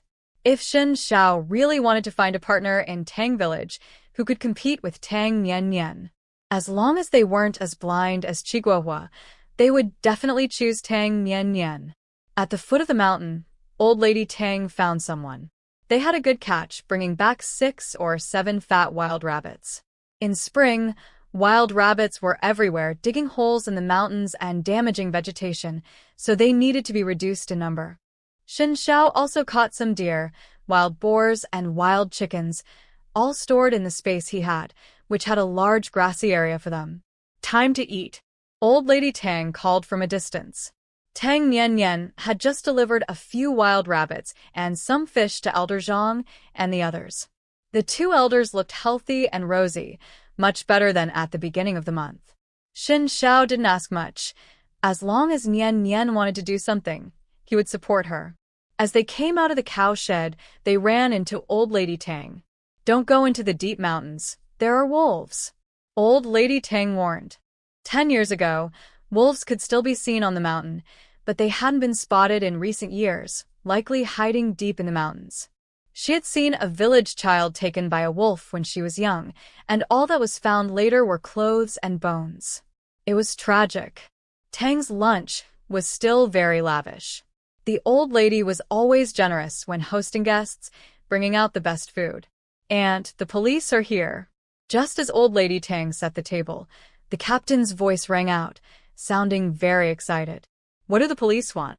Old lady Tang's first reaction was panic, but she quickly calmed down. Her granddaughter was a formal worker earning 98, so she wouldn't be involved in anything bad. If the police came, it must be good news. Tang Nian was also a bit surprised, unable to guess why the police were visiting. The whole family went out, and the captain led Wei Zhongcheng and another male officer, all in police uniforms, into the yard. Comrade Wei, this comrade, please come inside. You haven't eaten yet, so let's eat together. Old lady Tang was puzzled, thinking it might be about Qiguohua's unresolved issues. She warmly welcomed them while Su Jinfeng went to start the fire, needing to add more dishes for the extra guests. Soon, villagers gathered at the Tang family's door, many holding bowls, curious about the police's visit. It must be about Qiguohua. Maybe there's more to it. Everyone thought so, since Comrade Wei had come to investigate yesterday and was back today, clearly for Qiguohua. Could there be a twist? The Qi family also heard the news and rushed over excitedly. Qiguohua limped to the front, seeing the crowd around the Tang family. He was thrilled and wanted to push through to confront Wei Zhongcheng. I'm not eating. I'm here to present a banner and a bonus to Comrade Tang Nian. I volunteered for this, after all. I'm familiar with her. Wei Zhongcheng said humorously, while his colleague took out a banner with a red background and golden edges, prominently displaying the words bravery in action. This is a 50 yuan bonus. Our director asked me to convey his thanks to Comrade Tang Nian for her bravery in capturing the serial killer. Wei Zhongcheng dropped the joking tone and conveyed the director's message seriously. His colleague held the banner with both hands and presented it to Tang Nian, making the atmosphere suddenly solemn. Tang Nian instinctively stood up straight, extending her hands to receive the banner and the 50 yuan bonus. Thank you for the recognition and encouragement from the director. I will continue to work hard and will definitely take action if I see any criminals next time. Tang Nian's voice was loud. She wasn't just being polite. In this peaceful era, she was quite bored and could only relieve her boredom by catching criminals. Not only could she gain fame, but she could also earn a bonus. What a great deal. Good job, Comrade Tang. Wei Zhongcheng couldn't help but give Tang Nian a hearty pat on the shoulder. If everyone had her awareness, how could society be unstable? In his excitement, Wei Zhongcheng's hand was a bit too strong. Tang Nian was caught off guard and stumbled to the side. Shen Xiao shot a cold glare at Wei Zhongcheng, making him shiver and awkwardly smile. The other villagers were stunned. Weren't they here for Qiguohua? Nian actually helped the police catch a vicious serial killer? With the police presenting a banner and a bonus, it must be true. That girl is really brave. The excited captain didn't know where to put his hands and feet. This was not just Nian Nian's honor, it was the pride of Tang Village. Which team could boast of having a heroic woman? Which team had a girl who received a banner and bonus from the director? None. Only their Tang Village team. In the future, when they went to the commune for meetings, Tang Village would stand out like a crane among chickens. Comrade Wei, I have grievances to discuss with you. Qi Guohua's voice came from afar as he finally pushed through the crowd and entered the yard, loudly claiming his innocence. He only called out once before sensing something was off. Everyone was looking at him with disdain, including Wei Zhongcheng. You have no grievances, get lost. If you come out to talk nonsense again, your whole family should leave Tang Village. The captain scolded darkly. Nian Nian was the pride of Tang Village, and he would not allow anyone to tarnish her name. Nian Nian has been praised by the police, and they even brought a banner. Your chief family is so despised that even the dogs don't want to be associated with you. Don't come out and embarrass yourself. Heaven can't stand it anymore, otherwise, why would all the village dogs be spitting at your house? The villagers chimed in, all scolding Qi Guohua. Several dogs eagerly joined in, barking and spitting at Qi Guohua, adding to the insults. Qi Guohua covered his head and walked away in despair, limping, followed by a few dogs barking and spitting at him. Even the seasoned police officers found it quite a spectacle. Old Lady Tang glared fiercely at her granddaughter, then turned around and warmly invited Wei Zhongcheng and his colleagues into the house for a meal, even asking the captain to join them. Wei Zhongcheng wanted to refuse, but Shun Xiao spoke up, let's eat together. We just caught some rabbits in the mountains. Okay, I won't hold back. Upon hearing there were rabbits, Wei Zhongcheng agreed and pulled his colleague inside. When they saw the table full of delicious dishes, they couldn't help but swallow. In the city, they only had this much meat during the New Year. They usually didn't get to eat like this. There was salted meat with bamboo shoots, braised wild rabbit, wild chicken mushroom soup, qingming rice dumplings, steamed snails, dry-fried loach, and steamed potatoes. The potatoes were quite small, but when steamed and mixed with soy sauce, they tasted amazing. Su Jinfeng also stir-fried a large plate of chives with eggs and added 2 braised Christian carp, filling the table. Everyone enjoyed the meal, finishing all the dishes, and even soaking the crispy rice in the soup. The broth from the salted meat and bamboo shoots was milky white and so delicious that it could make your eyebrows fall off. Soaking the crispy rice in it was a unique taste that even a god wouldn't trade for. This soup was definitely the freshest in the world. After a hearty meal, Wei Zhongcheng and his colleague rode their bikes back to the city. Old Lady Tang even picked a lot of vegetables for them, including vegetable shoots, chives, and potatoes, all fresh, insisting they take them back to the city. They wanted to refuse, but they couldn't argue with the old lady. Lil Shun is just like my grandson. He has lived in my house since he was little. You are Little Shun's friends, so you are family too. I can act like your grandma and send some vegetables for my grandson. Is that okay with your unit? Old Lady Tang was very persuasive and even claimed 2 grandsons. Wei Zhongcheng and his colleague were speechless, just watching as the old lady took out 2 baskets filled with vegetables and hung them on their bikes. The 2 of them felt overwhelmed by her kindness and rode off in a daze. Once they left Tang Village, a cold wind blew, waking them up. They stopped and looked at the overflowing baskets of vegetables, exchanging helpless glances. The old lady was too enthusiastic. But she had a point. The unit had rules against taking anything from the public, but there was no rule against taking things from your own grandma. These vegetables were fresh and couldn't be found in the city. Something feels off. Wei Zhongqing tried to adjust the basket and noticed it felt heavier. When he removed the top vegetables, he found a fat rabbit underneath, and his colleague found the same. They both chuckled and rode away, feeling very positive about the Tang family. When they reported back to the director, they praised Tang Nian Nian and mentioned the Tang family's good values, saying the old man was a hero from the anti-Japanese war, the old lady was wise, and the granddaughter was remarkable. They were all good people. Thus, Tang Nian Nian left a very deep impression on the police chief, descendants of heroes, a family of good people. Xin Shao stayed in Tang village for 2 nights and prepared to leave before dawn on the third day. The villagers were still asleep. He stayed at the captain's house and quietly got up. After washing up, he went straight to his car but saw Tang Nian standing gracefully in the moonlight at the village entrance. He had already said goodbye last night, thinking he would let her sleep in. Have breakfast. Tang Nian held a basket containing 30 qingming rice dumplings she had steamed to her space, 10 salty and 20 sweet. Xin Shao had a big appetite.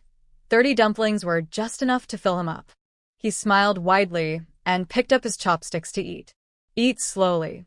I hope you kept the weapons I gave you last night safe. Don't let anyone find out. Remember to drink the spirit water every day and don't give it to anyone except your uncle.